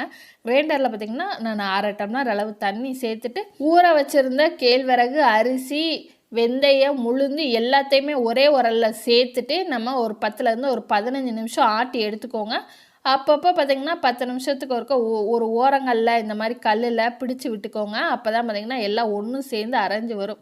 நல்லா நைஸாக ஆட்டி ஒரு பாத்திரத்தில் தோண்டி வச்சுக்கலாங்க. தேவையான அளவு உப்பும் சேர்த்துட்டு நல்லா அடித்து விட்டுக்கோங்க. கல்லுப்பு தான் சேர்த்துருக்குறேன். நல்லா அடித்து விட்டு நல்லா பிசைஞ்சுக்கோங்க. மாவு ஆப்பத்துக்கு பார்த்திங்கன்னா தண்ணியாக தான் இருக்கணும். இப்போ ஒரு 8 மணி நேரத்துலேருந்து 10 மணி நேரம் புளிக்க வச்சு எடுத்துக்கலாங்க. ஒரு 8 மணி நேரம் கழித்து பார்த்திங்கன்னா மாவு இந்த அளவுக்கு நல்லா புளிச்சு வந்துருச்சு. தட்டை எடுத்துகிட்டு எல்லா மாவும் ஒன்று சேர்ந்து கலந்து வர மாதிரி 5 நிமிஷம் நல்லா மிக்ஸ் பண்ணி கொடுத்துக்கோங்க. ஆப்பத்துக்கு எப்போவுமே சைடிஷ் பார்த்திங்கன்னா தேங்காய் பால் தான் செய்வோம். அந்த தேங்காய் பால் செஞ்சு வச்சுருந்தீங்கன்னா இந்த ஸ்டேஜில் நீங்கள் இந்த மாவு கூட 1 கரண்டி அளவு தேங்காய் பால் சேர்த்துட்டு நல்லா கலந்து விட்டுக்கோங்க. தேங்காய் பால் ஊற்றி நல்லா கலந்து விட்டு ஆப்பம் சுடும்போது நல்லா டேஸ்ட்டு சூப்பராக இருக்கும். ஆப்பமும் நல்லா பஞ்சு போல் இருக்கும். அடுப்பில் ஆப்பக்கடாய் வச்சுட்டு மிதமான சூட்டில் ஆப்பக்கடாய் இருக்கும்போது 1 கரண்டி அளவு ராகி ஆப்ப மாவு எடுத்து ஊற்றிட்டு ஜஸ்ட்டு வந்து பார்த்திங்கன்னா லேசாக ஒரு சுற்றிட்டிங்கன்னா போதுங்க. அவ்வளோதான். சுற்றிட்டு மூடி போட்டு மூடிட்டு 2லேருந்து 3 நிமிஷம் நல்லா மீடியம் ஃப்ளேமில் வேக வச்சுட்டு ஓப்பன் பண்ணி பார்த்தா அவ்வளோதான், ஆப்பம் ரெடி ஆகிடுங்க. இப்போ நடுவில் பார்த்திங்கன்னா உங்களுக்கு வேகாத மாதிரி இருக்கும். ஆனால் தொட்டு பார்த்தா கொஞ்சம் கூட ஒட்டவே ஒட்டாது. நான் நடுவுலையும் பார்த்திங்கன்னா நல்லா வெந்து வந்திருக்கும். மூடி போட்டு மூடி ஒரே ஒரு சைடு மட்டும் வேக வைக்கணும். அவ்வளோதான். ஆப்பத்தை எடுத்து நம்ம சர்வ் பண்ணிடலாங்க. பச்சை பயிறு தோசை செய்கிறதுக்கு 1 டம்ளர் அளவு பச்சை பயிறு எடுத்துக்கிறேன். 1/4 டம்ளர் அளவு அரிசி எடுத்துக்கிறேன். மொறுமொறுப்புக்காண்டி 1/4 டம்ளர் அளவு அரிசி. நீங்கள் எந்த அரிசி, இட்லி அரிசியோ ரேஷன் அரிசியோ பச்சரிசியோ ஏதோ ஒரு அரிசி 1/4 டம்ளர் அளவு எடுத்துக்கோங்க. 1/4 டீஸ்பூன் அளவு வெந்தயம். எல்லாமே சேர்த்துட்டு எல்லாமே ஒன்றாவே சேர்த்துட்டு நல்லா கழுவிக்கலாம். ஒரு 3லேருந்து 4 தடவை நல்லா கழுவிட்டு 5லேருந்து 6 மணி நேரம் ஊற வச்சு எடுத்துக்கலாங்க. ஊறின பச்சை பயிரை மறுபடியும் ஒரு 2லேருந்து 3 தடவை நல்லா கழுவிட்டு ஒரு மிக்ஸி ஜாரில் சேர்த்து நம்ம அரைச்சி எடுத்துகிட்டு வந்துக்கலாங்க. தண்ணியே இல்லாமல் ஒரு மிக்ஸி ஜாரில் சேர்த்துட்டு கொஞ்சமாக இஞ்சி, கொஞ்சம் சீரகம், 2 பச்சை மிளகா, வாசனைக்காண்டி ஒரு கைப்பிடி அளவு கொத்தமல்லி தழை எல்லாத்தையுமே சேர்த்து நம்ம அரைச்சிடலாம். நீங்கள் எல்லாம் தனித்தனியாக பொடுசாக போடும்போது குழந்தைங்க வந்து ஸ்கிப் பண்ணுவாங்க. பெரிய ஆட்களுமே நம்ம எடுத்து வச்சுருவோம். அதனால் எல்லாத்தையுமே ஒன்றா சேர்த்து அரைக்கும்போது நம்ம அந்த தோசையோடு சாப்பிட்ருவோம். தனியாக எடுத்து வைக்க மாட்டோம். அதனால் எல்லாத்தையுமே ஒன்று சேர்த்து நல்லா மாவாக நம்ம அரைச்சி எடுத்துகிட்டு வந்ததுக்கப்புறம் அரை டீஸ்பூன் அளவு உப்பு சேர்த்துக்கிடலாம். நீங்கள் இந்த ஸ்டேஜில் அரைக்கையில் கூட நீங்கள் உப்பு சேர்த்து அரைச்சிடலாம். நான் மாவு அரைச்சதுக்கப்புறம் 1/4 டீஸ்பூன் அளவு உப்பு சேர்த்துட்டு நல்லா கலந்துட்டு அவ்வளோதான். உடனே நம்ம இப்போது தோசை ஊற்ற ஆரம்பிச்சிடலாங்க. மாவு புளிக்க வேண்டிய அவசியமே இல்லை. தோசை ஊற்றிக்கலாம். மாவு நல்லா நைஸாக அரைச்சிடணும். தோசைக்கு திப்பி திப்பியாக இருக்கக்கூடாது. இப்போ 1/4 டீஸ்பூன் அளவு உப்பும் சேர்த்துட்டு நல்லா கலந்து விட்டுக்கிறேன். ரொம்ப தண்ணியாகவும் அரைச்சிடக்கூடாது. அதனால் பார்த்து பக்குவமாக தண்ணி அளவாக சேர்த்து அரைச்சதுக்கப்புறம் உப்பு சேர்த்துட்டு நல்லா மிக்ஸ் பண்ணி விட்டுட்டு நம்ம தோசை ஊற்ற ஆரம்பிச்சிடலாங்க. தோசைக்கல் சூடானதுக்கப்புறம் தோசைக்கல்லில் லைட்டாக எண்ணெய் தடவிட்டு 1 கரண்டி அளவு மாவு போதும். 1 கரண்டி அளவு மாவை நல்லா மெல்லிசாக நைஸாக விரித்து விட்டுக்கோங்க. மொத்தமாக இல்லாமல் நைஸாக விரித்து விட்டுட்டு மீடியம் ஃப்ளேமில் 1 நிமிஷம் வேக விடுங்க. சுற்றி எண்ணெய் விட்டுக்கோங்க. திருப்பி போட்டு மறுபடியும் சுற்றி எண்ணெய் விட்டுட்டு நல்லா 2 பக்கம் நல்லா பொன்முருகலாக செவந்ததுக்கப்புறம் எடுத்துட்டிங்கன்னா சூப்பராக நல்லா ஹெல்த்தியான ஆரோக்கியமான பெசரட்டு தோசை, பச்சை பயிறு தோசை ரெடி ஆயிடுச்சுங்க. இந்த பச்சை பயிறு தோசைக்கு தக்காளி சட்னி சர்வ் பண்ணி எடுக்கிறேங்க. ரொம்பவே டேஸ்ட்டாக இருக்கும். ட்ரை பண்ணி பாருங்கள். 1 டம்ளர் அளவு புழுங்கலரிசி, ரேஷன் புழுங்கலரிசி தான் எடுத்துருக்கேன். 1/4 டம்ளர் அளவு ரேஷன் துவரம்பருப்பு எடுத்துருக்கிறேன். ரெண்டையுமே பார்த்திங்கன்னா நல்லா கழுவி எடுத்துக்கலாம். கழுவி எடுத்துக்கோங்க. இது பார்த்திங்கன்னா ஒரு 3 மணி நேரம் ஊறட்டும். 3 மணி நேரம் ஊறினாலே போதும். அதிக நேரம் ஊற வேண்டாம். 3 மணி நேரத்தில் பார்த்திங்கன்னா ரேஷன் புழுங்கலரிசி நல்லா ஊறி வந்துடும். இதில் நீங்கள் இட்லி அரிசியில் கூட செய்யலாம், இல்லை வீட்டு புழுங்கலரிசியில் கூட செய்யலாங்க. இந்த 2 இட்லி அரிசிக்கும் ஒரே புழுங்கலரிசியும் பார்த்திங்கன்னா 2 மணி நேரம் ஊறினாலே போதும். இப்போ ஒரு மிக்சர் ஜாரில் 4 வரமிளகா, 1 டீஸ்பூன் அளவு சீரகம், 1/2 கப் அளவு தேங்காய், ஒரு 10 போல் சின்ன வெங்காயம், இதில் பார்த்திங்கன்னா நல்லா ஃப்ரெஷ்ஷான கருவேப்பிலையும் சேர்த்துக்கலாம். இதில் பூண்டு கூட சேர்த்துக்கலாங்க. நல்லா கொரப்பாக அரைச்சி ஒரு தட்டில் மாற்றி வச்சுக்கலாம். இப்போ அதே மிக்சர் ஜாரில் பார்த்திங்கன்னா நம்ம ஊற வச்சுருந்த 3 மணி நேரம் ஊற வச்சுருந்த அரிசியும் பருப்பையும் சேர்த்துக்கலாங்க.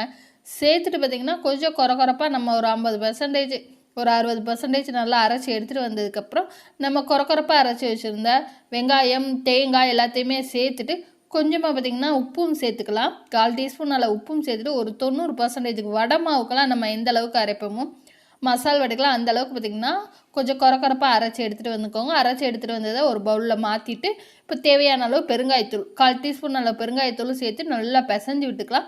இப்போ ஒரு கிண்ணத்தில் பார்த்திங்கன்னா நான் வெள்ளை காட்டன் துணி போட்டிருக்கிறேன். இந்த வெள்ளை காட்டன் துணியில் நம்ம அரைச்சி வச்ச மாவு பார்த்திங்கன்னா சின்னதாக பூரி உருண்டைக்கு மாதிரி எடுத்து அழுத்தம் கொடுத்துக்கலாம். இது மேலேயே பார்த்திங்கன்னா இன்னொரு வெள்ளை காட்டன் துணி போட்டு லேசாக தட்டை வச்சு அமுத்துனீங்கன்னா போதும். இதில் எக்ஸ்ட்ரா உள்ள ஈரம்லாம் பார்த்திங்கன்னா அந்த வெள்ளை காட்டன் துணியிலே நம்மளுக்கு தங்கிடும். அதனால் இந்த மாதிரி வெள்ளை காட்டன் துணியில் வச்சு நீங்கள் அழுத்தம் கொடுத்து எண்ணெய் மிதமான சூட்டில் உள்ள எண்ணெயில் பூரி எப்படி பொரிச்சு எடுப்பீங்களோ அதே மாதிரி பார்த்திங்கன்னா பொரிச்சு எடுத்துக்கோங்க. ஃப்ளஃபியாக உப்பி வர்றதுக்காண்டி நான் சோடா உப்பு எதுவுமே சேர்க்காமே பார்த்திங்கன்னா நல்லா பூரி மாதிரி நல்லா ஃபுஃப்னு உப்பி வருது. காலிஃப்ளவர் வச்சு காலை உணவு இல்லைனா நைட்டு டின்னர் ரெசிபி தாங்க பார்க்க போகிறோம். மீடியம் சைஸ் அளவு காலிஃப்ளவர் எடுத்திருக்கேன். கைட்டே நல்லா பெரிய பீஸாக கட் பண்ணிவிட்டு அதுக்கப்புறம் சின்ன சின்ன பீஸாக நம்ம கத்தி வச்சு கட் பண்ணி எடுத்துக்கலாம். காலிஃப்ளவரில் கண்ணுக்கு தெரியாத பூச்சி புழுக்கள் இருக்கும். அது போகிறதுக்காண்டி சுடு தண்ணி வச்சுருக்கேன். ஒரு பாத்திரத்தில் 1 ஸ்பூன் அளவு கல்லுப்பு சேர்த்துருக்கேன். 1/2 ஸ்பூன் அளவு மஞ்சத்தூள் சேர்த்துட்டு கட் பண்ணி வச்சுருக்கிற காலிஃப்ளவரை இந்த சுடு தண்ணியில் சேர்த்துலாங்க. தண்ணியில் முங்குற அளவுக்கு நல்லா காலிஃப்ளவர் இருக்கணும். அந்தளவுக்கு தண்ணி நிறையா வச்சுக்கோங்க. இந்தளவுக்கு நல்லா முங்கணும்.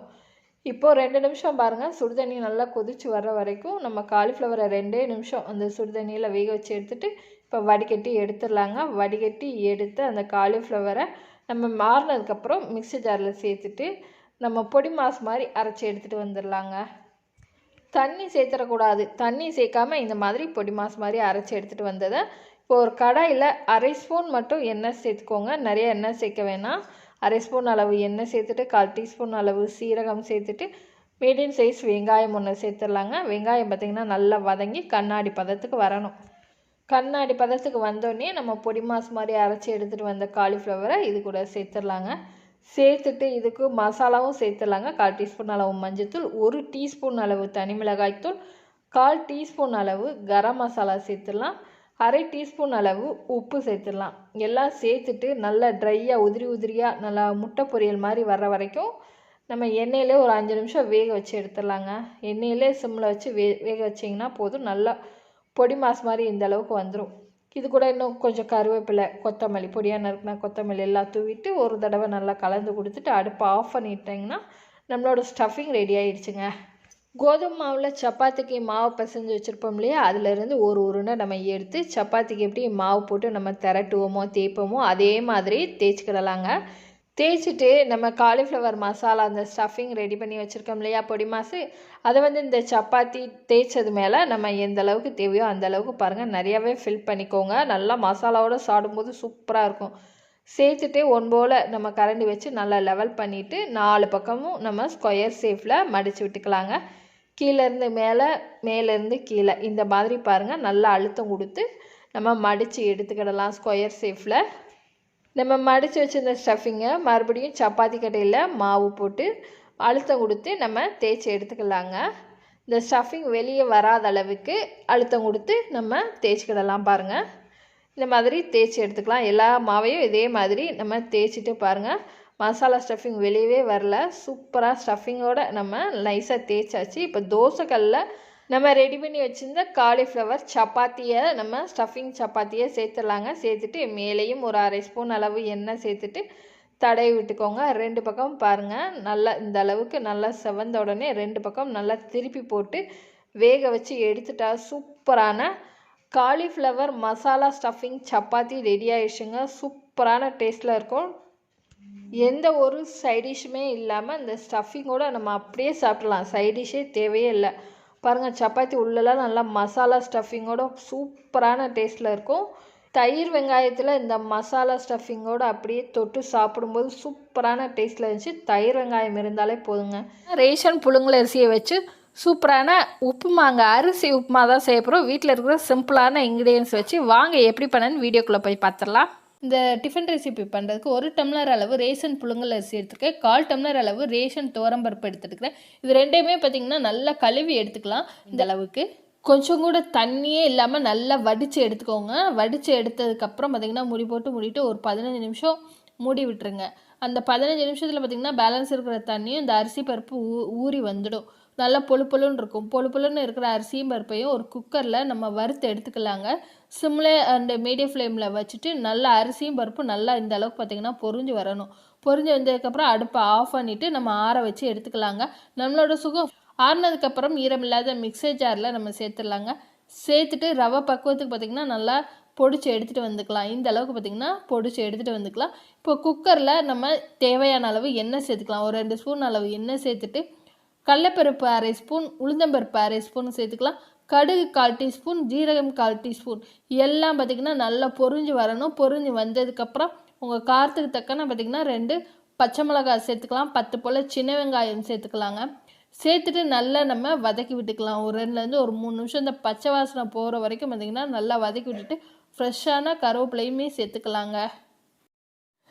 இப்போ நல்லா வதங்கினதுக்கப்புறம் நம்ம தண்ணி சேர்த்துக்கலாங்க. நான் 1 டம்ளர் அளவு அரிசி பருப்பு எடுத்திருந்தேன். இதுக்கு பார்த்திங்கன்னா 2 டம்ளர் அளவு நான் தண்ணி சேர்த்துக்கிறேன்.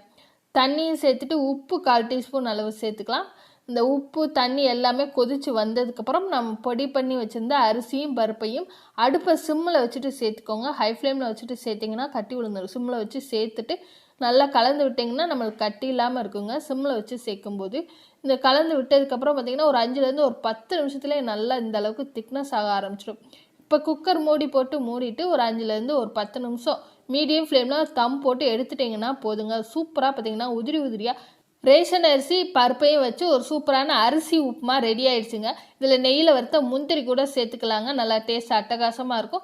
ஒரு தடவை நல்லா கலந்து விட்டுட்டு நம்ம தட்டில் சர்வ் பண்ணிக்கலாங்க. ரொம்ப கம்மியான செலவில் வீட்டில் இருக்கிற பொருளை வச்சு ரேஷன் புழுங்கல் அரிசியில் சூப்பரான காலையில் டிஃபன் உப்புமா ரெடி பண்ணியாச்சுங்க. அளவு கேப்ப மாவை சளிச்சிட்டு ஒரு பாத்திரத்தில் மாற்றி எடுத்துக்கிடலாம். கேப்ப மாவு கூடயும் 1/4 டீஸ்பூன் அளவு உப்பு சேர்த்துக்கலாங்க. எந்த டம்ளரில் நம்ம கேப்ப மாவு ராகி மாவு எடுத்தோமோ அதே டம்ளரில் 1 டம்ளர் அளவு தண்ணி சேர்த்து கட்டி இல்லாமல் நல்லா மிக்ஸ் பண்ணி கலந்து விட்டுக்கலாங்க. 1 டம்ளர் அளவு கேப்ப மாவுக்கு 2 டம்ளர் அளவு தண்ணி கரெக்டான அளவாக இருக்கும். 2 டம்ளர் அளவு தண்ணியிலே நல்லா வெந்து வந்துடும். இப்போ 1 டம்ளர் அளவு தண்ணியை நம்ம மாவோடு சேர்த்து இந்த அளவுக்கு கட்டி இல்லாமல் நம்ம கரைச்சாச்சு. இப்போ இன்னும் 1 டம்ளர் அளவு தண்ணியை அடிக்கனமான பாத்திரத்தில் நம்ம சேர்த்துக்கிடலாங்க. நம்ம சேர்த்துருந்த 1 டம்ளர் அளவு தண்ணி நல்லா கொதிச்சு வரும். நல்லா பாருங்கள் பபுள்ஸ் வர ஆரம்பிக்கையில் நம்ம ரெடி பண்ணி கரைச்சி வச்சுருந்த ராகி மாவை ஒரு தடவை நல்லா கரண்டி வச்சு கலந்து விட்டு அடுப்பை சிம்மில் வச்சுட்டு மாவை சேர்த்துடலாங்க. சேர்த்துட்டு ஒரு கையில் மாவை சேர்த்துட்டு இன்னொரு கைட்ட கரண்டியால் பார்த்திங்கன்னா நல்லா மிக்ஸ் பண்ணி கொடுத்துக்கோங்க. அப்போ தான் நல்லா கட்டி தட்டாமல் இருக்கும். நல்லா கலந்து விடுங்க. மாவு 5 நிமிஷத்துலேயே நல்லா மீடியம் ஃப்ளேமில் வச்சு வேக விடுங்க. நல்லா சீக்கிரமே இந்த அளவுக்கு நல்லா கெட்டியாக ஆரம்பிச்சிரும். ராகி களி மாவு வேகிறதுக்கு 10லேருந்து 15 நிமிஷம்தான் ஆகும். கரண்டி வச்சு இப்படி எல்லா மாவும் ஒன்று சேர்ந்து நல்லா வெந்து வர்ற மாதிரி நல்லா கீழேருந்து மேலே மாவை எடுத்து விட்டு இந்த மாதிரி அழுத்தம் கொடுத்து நல்லா வேக வச்சு எடுத்துக்கலாம். கரண்டி வச்சு இந்த மாதிரி அழுத்தம் கொடுத்து நம்ம வேக வைக்கும்போது கட்டிகளே இருக்காது. அடுப்பை மீடியம் ஃப்ளேமில் வச்சே நம்ம ராகி களியை வேக வச்சு எடுத்துக்கலாங்க. ஹை ஃப்ளேமில் வேண்டாம், அடி பிடிச்சிரும். அதனால் மீடியம் ஃப்ளேம்லேயே வேக வச்சு எடுத்துடலாம். 1/2 ஸ்பூன் அளவு நல்லெண்ணெய் தேவைப்பட்டால் சேர்த்துக்கோங்க, இல்லைன்னா ஸ்கிப் பண்ணிடுங்க. நான் நல்லெண்ணெய் ஒரு 1/2 ஸ்பூன் மட்டும் சேர்த்துட்டு கலந்து விட்டுக்கலாம். மாவு 3/4 வெந்துருச்சு. தண்ணியில் கையை நனைச்சிட்டு கரண்டில் உள்ள மாவெல்லாம் எடுத்து வச்சுட்டு மூடி ஒரு 5 நிமிஷம் நம்ம மாவை வேக வச்சு எடுத்துக்கிடலாம். நீங்கள் 2 நிமிஷத்துக்கு ஒரு தடவை ஓப்பன் பண்ணி பார்த்து நல்லா கலந்து விடுங்க. அடியில் இருக்கிற மாவெல்லாம் மேலே வர மாதிரியும் மேலே இருக்கிற மாவு கீழே போகிற மாதிரியும் நல்லா கலந்து விடுங்க. ஒரு 2 தடவை 3 தடவை இந்த மாதிரி ஓப்பன் பண்ணி விட்டு நல்லா கலந்து விட்டு மாவு நல்லா வெந்துருச்சு. இப்போ பார்க்கும்போதே தெரியும் மாவு நல்லா வெந்துருச்சு. தண்ணியில் கையை நனைச்சிட்டு நீங்கள் ராகி களி மாவை தொட்டு பார்க்கும்போது கையில் ஒட்டாமல் இருந்துச்சுன்னா சூப்பராக மாவு நல்லா வெந்துருச்சுன்னு அர்த்தம். பாருங்கள் நல்லா சூப்பராக நல்லா நெல்லுன்னு சூப்பராகவே வெந்துருச்சு. இந்த குக்கரில் இருக்கிற மாவு பாருங்கள் ஒன்றோட உருண்டு திரண்டு வருது. இப்போது ஒரு பவுலில் ஒரு சின்ன கிண்ணத்தில் லேசாக எண்ணெயோ இல்லைன்னா தண்ணியோ விட்டுட்டு இந்த மாதிரி பாருங்கள் களி மாதிரி உருட்டி எடுத்துக்கோங்க. இந்த ராகி களி சூடாக இருக்கும்போது கையில் உருட்ட முடியாது. அதுக்கு ஒரு கிண்ணத்தில் லேசாக தண்ணி தொட்டுட்டு இந்த மாதிரி உருட்டி எடுத்துட்டிங்கன்னா நல்லா சைனிங்காக சூப்பராக ராகி களி ரெடி ஆகிடுச்சுங்க. தட்டில் சர்வ் பண்ணிட்டு மீன் குழம்போ கருவாட்டு குழம்போ இருந்தால் ஊற்றி சாப்பிட்லாங்க. நான் இன்றைக்கி பார்த்திங்கன்னா தேங்காய் சட்னி தான் ரெடி பண்ணியிருக்கேன். நல்லா ஆரோக்கியமான ஹெல்த்தியான ராகி களி கேப்ப களி சூப்பராக ரெடி ஆயிடுச்சுங்க. இனிமேல் கடையில் போய் இந்த ஸ்நாக்ஸை இல்லை டிஃபனை நீங்கள் வாங்கியே சாப்பிட மாட்டீங்க. வீட்டிலே நீங்கள் ஈஸியாக செஞ்சிடலாங்க. ஒரு கடாயில் 1 ஸ்பூன் அளவு எண்ணெய் சேர்த்துட்டு 10 பல் பூண்டை பொடியாக நறுக்கி சேர்த்துடுக்கிறேன். 1/4 கப்புக்கும் கம்மியாக பீன்ஸு சேர்த்துருக்கேன். 1/2 கப் பச்சை பட்டாணி. 10 நிமிஷத்துலேயே பச்சை பட்டாணி வெந்துடும். நீங்கள் ஊற வச்ச பட்டாணி சேர்க்கும்போது வேகிறதுக்கு லேட் ஆகும். அதனால் ஊற வச்ச பட்டாணி சேர்க்கும்போது நீங்கள் ஒரு 2 விசில் வேக வச்சுட்டு நீங்கள் இந்த காய்கறி கூட சேர்த்துக்கலாம். 1 கப் அளவு கேரட் சேர்த்துருக்கேன். 1 கப் அளவு உருளைக்கிழங்கு சேர்த்துருக்கேன். வேறு எந்த காய்கறி இருந்தாலுமே சேர்த்துக்கிடலாம். குடைமிளகாய் கூட நீங்கள் சேர்த்துக்கிடலாம். என்கிட்ட இருக்கிற காய்கறி தான் சேர்த்துருக்கேன். ஒரே ஒரு மீடியம் சைஸ் வெங்காயம், 1/2 ஸ்பூன் அளவு உப்பு சேர்த்துட்டு காய்கறியை பாதி அளவுக்கு வேக வச்சு எடுத்துக்கிடலாம். காய்கறி வேகிறதுக்கு தண்ணி தேவைப்பட்டதுன்னா 1 ஸ்பூன்லேருந்து ஒரு 2 ஸ்பூன் அளவு தண்ணி சேர்த்துட்டு மீடியம் ஃப்ளேம்லேயே வேக வச்சு எடுத்துக்கோங்க. நான் இன்றைக்கி தண்ணி சேர்க்காமல் மீடியம் ஃப்ளேம்லேயே வேக வச்சு எடுத்துக்கிறேன். பாதி அளவு காய்கறி பாருங்கள் நல்லாவே குக் ஆகிடுச்சு. இப்போ நம்ம மசாலா பொருட்கள் எல்லாமே சேர்த்துடலாங்க. 1/4 டீஸ்பூன் மஞ்சள்தூள் சேர்த்துருக்கேன். 1/2 டீஸ்பூன் அளவு மிளகாய்த்தூள் சேர்த்துருக்கேன். கரம் மசாலா 1/4 டீஸ்பூன் அளவு சேர்த்துருக்கேன். இவ்வளோ தான் இதுக்கு தேவையான அளவு மசாலா. இந்த மசாலாவும் சேர்த்துட்டு நம்ம காய்கறியை இன்னும் நல்லா வேக வச்சு எடுத்துக்கிடலாங்க. இதுக்கு பதிலாக நீங்கள் சாட் மசாலா கூட நீங்கள் சேர்த்துக்கலாம். வீட்டில் இருக்கிற மசாலானா இந்த மசாலாவை சிம்பிளாக சேர்த்துக்கோங்க போதும்.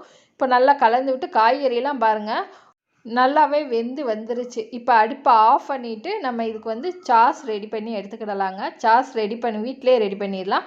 ஒரே ஒரு பச்சை மிளகா, 2 தக்காளி சேர்த்துட்டு தண்ணி சேர்த்துடக்கூடாது. தண்ணி சேர்க்காமல் நைஸாக நம்ம அரைச்சி எடுத்துகிட்டு வந்துடலாங்க. அரைச்சி எடுத்துகிட்டு வந்த பேஸ்ட்டை ஒரு கடாயில் 1 ஸ்பூன் அளவு எண்ணெய் சேர்த்துட்டு எண்ணெயில் நம்ம அரைச்ச பேஸ்ட்டை சேர்த்துட்டு நல்லா சுண்டி வர வரைக்கும் நம்ம வேக வச்சு எடுத்துக்கலாங்க. பாருங்கள் இந்த அளவுக்கு நல்லா மிக்ஸ் பண்ணிவிட்டு நல்லா சுண்டி வரணும். ஒரு 5லேருந்து 10 நிமிஷத்துலேயே சுண்டி வந்துடும். 1/4 டீஸ்பூன் அளவு உப்பு சேர்த்துட்டு நீங்கள் 2 நிமிஷம் நல்லா வேக விடுங்க. இப்போது கடையில் கிடைக்கக்கூடிய சாஸில் பார்த்திங்கன்னா ஒரு லைட்டான இனிப்பு சுவை இருக்கும். உங்களுக்கு அப்படி இனிப்பு சுவை தேவைப்பட்டால் 1/2 ஸ்பூன் சர்க்கரை சேர்த்துட்டு 2 நிமிஷத்துக்கு அப்புறம் அடுப்பை ஆஃப் பண்ணிட்டா நம்மளோட சாஸுமே ரெடி ஆயிடுச்சு. சப்பாத்தி கடையில் லைட்டாக கோதுமை மாவு நம்ம தூவிட்டு நம்ம ரெடி பண்ணின சப்பாத்திக்கு ரெடி பண்ண கோதுமை மாவுலேருந்து ஒரு உருண்டையை பெருசாக எடுத்து சப்பாத்திக்கு எப்படி விரிப்போமோ அது மாதிரி விரித்து எடுத்துக்கலாங்க. விரித்து எடுத்துகிட்டு நம்ம தோசைக்கல்லில் பாருங்கள் சப்பாத்தி போட்டு எடுத்துக்கிடலாம். தோசைக்கல் நல்லா ஹீட்டாக இருக்கணும். ஹீட்டாக இருக்கும்போது நம்ம சப்பாத்தியை தேய்ச்சிட்டு மேலே லைட்டாக 1/2 ஸ்பூன் இல்லை 1/4 ஸ்பூன் அளவு எண்ணெய் சேர்த்துக்கோங்க. திருப்பி போட்டதுக்கப்புறமும் 1/2 ஸ்பூன் 1/4 ஸ்பூன் அளவு எண்ணெய் சேர்த்துக்கலாம். அவ்வளோதான். 2 சைடும் நல்லா செவந்ததுக்கப்புறம் ரொம்ப கருக விட்டுறாமல் நம்ம சப்பாத்தி வேக வச்சு எடுத்துக்கலாங்க. அவ்வளோதான், சப்பாத்தி ரெடி ஆயிடுச்சு, ஸ்டஃபிங் ரெடி ஆயிடுச்சு, சாஸுமே ரெடி ஆயிடுச்சு. சப்பாத்தி வெஜ் ரோல் தான் ரெடி பண்ண போகிறோம். நான் ரேஷன் கடை மாவில் தான் பார்த்திங்கன்னா நான் சப்பாத்தி சுட்டு எடுத்திருக்கேன். இப்போ சுட்ட சப்பாத்தி மேலே நம்ம ரெடி பண்ண சாஸை ஃபுல்லாமே நம்ம அப்ளை பண்ணிவிட்டு நம்ம ஸ்டஃபிங்க்கு ரெடி பண்ண வேக வச்சுருந்த காய்கறி இருக்கு இல்லையா, அதையுமே எந்த அளவுக்கு உங்களுக்கு தேவைப்படுதோ ஃபுல்லாமே ஃபில் பண்ணிக்கிடலாம். சப்பாத்திக்கு நடுவில் வச்சுக்கிடலாங்க. இந்த வெந்த காய்கறிக்கு மேலேயும் நம்ம கொஞ்சம் கேரட், பச்சை கேரட் கொஞ்சம் நீளமாக கட் பண்ண வெங்காயம் கொஞ்சம் வச்சுக்கிடலாம். இந்த பச்சை கேரட்டும் வெங்காயம் தான் பாருங்கள் நல்லா வெஜ் ரோல் வச்சு சப்பாத்திக்கு ரொம்ப டேஸ்ட்டு சூப்பராக கொடுக்கும். அதனால் பச்சை வெங்காயமும் பச்சை கேரட்டையுமே சேர்த்துக்கோங்க.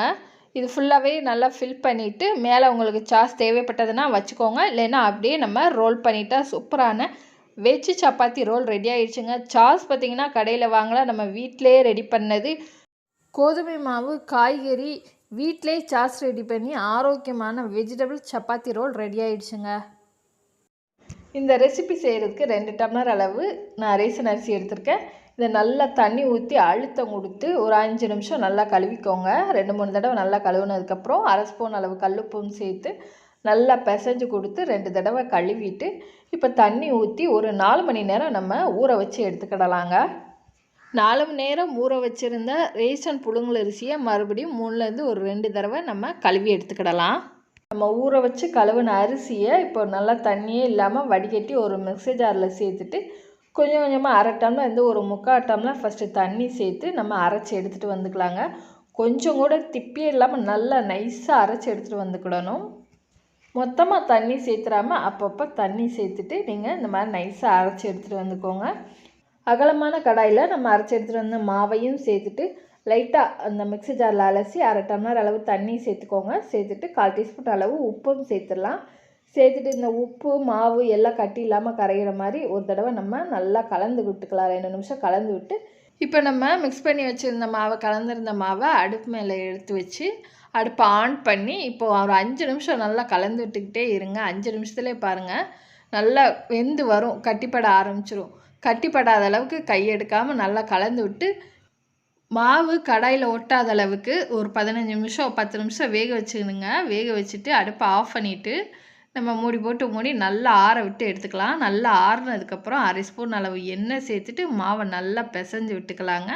பிசைஞ்ச மாவை ஒரு அகலமான பாத்திரத்தில் மாற்றிட்டு சின்னதாக கோலிக்கா சைஸில் நம்ம மாவு எடுத்து 2 உள்ளங்கைக்கும் நடுவில் நல்லா அழுத்தம் கொடுத்து ஒரு 10 செகண்ட் மட்டும் விரிசல் இல்லாமல் நீங்கள் உருட்டி எடுத்துக்கோங்க. இதை நீங்கள் அப்படியே நீங்கள் இட்லி பாத்திரத்தில் வேக வைக்கலாம். நடுவில் இந்த மாதிரி லைட்டாக விரல் வச்சு அழுத்தம் கொடுத்து நீங்கள் பட்டன் ஷேப்பில் கூட ரெடி பண்ணி எடுத்துக்கலாங்க. இப்போ நம்ம ரெடி பண்ணி எடுத்த அரிசி உருண்டைகளை 5 நிமிஷம் இட்லி பாத்திரத்தில் வேக வச்சு எடுத்துக்கலாம். தண்ணி நல்லா கொதித்ததுக்கப்புறம் இட்லி தட்டில் துணி போட்டு இட்லியெல்லாம் நம்ம எப்படி வேக வைப்போமோ அதே மாதிரி நம்ம அரிசி மாவு உருண்டைகளை வேக வச்சு எடுத்துக்கிடலாங்க. அடுப்பை மீடியம் ஃப்ளேமில் வச்சுட்டு எல்லா குழியிலையும் நம்ம அரிசி மாவு உருண்டைகளை வச்சுட்டு மூடி ஒரு 5 நிமிஷம் மட்டும் வேக வச்சு எடுத்துக்கலாம். 5 நிமிஷம் கழித்து நம்ம ஓப்பன் பண்ணி பார்த்துடலாங்க. மாவு பாருங்கள் ஒன்றோட ஒன்று ஒட்டவே ஒட்டாது, நல்லா சாஃப்டாக வந்திருக்கும் பாருங்கள், ஒன்றோட ஒன்று ஒட்டவே இல்லை. எந்த அளவுக்கு பாருங்கள் நல்லா சாஃப்டாக பஞ்சு போல் இருக்குது பாருங்கள். இதை நம்ம ஒரு தட்டில் மாற்றி எடுத்துக்கலாம். மாற்றினதுக்கப்புறம் இதை அப்படியே கூட நீங்கள் சாப்பிட்லாம். இன்னும் ஸ்பைஸியாக சாப்பிட்ணுன்னா ஒரு கடாயில் எண்ணெய் சேர்த்துக்கலாம்.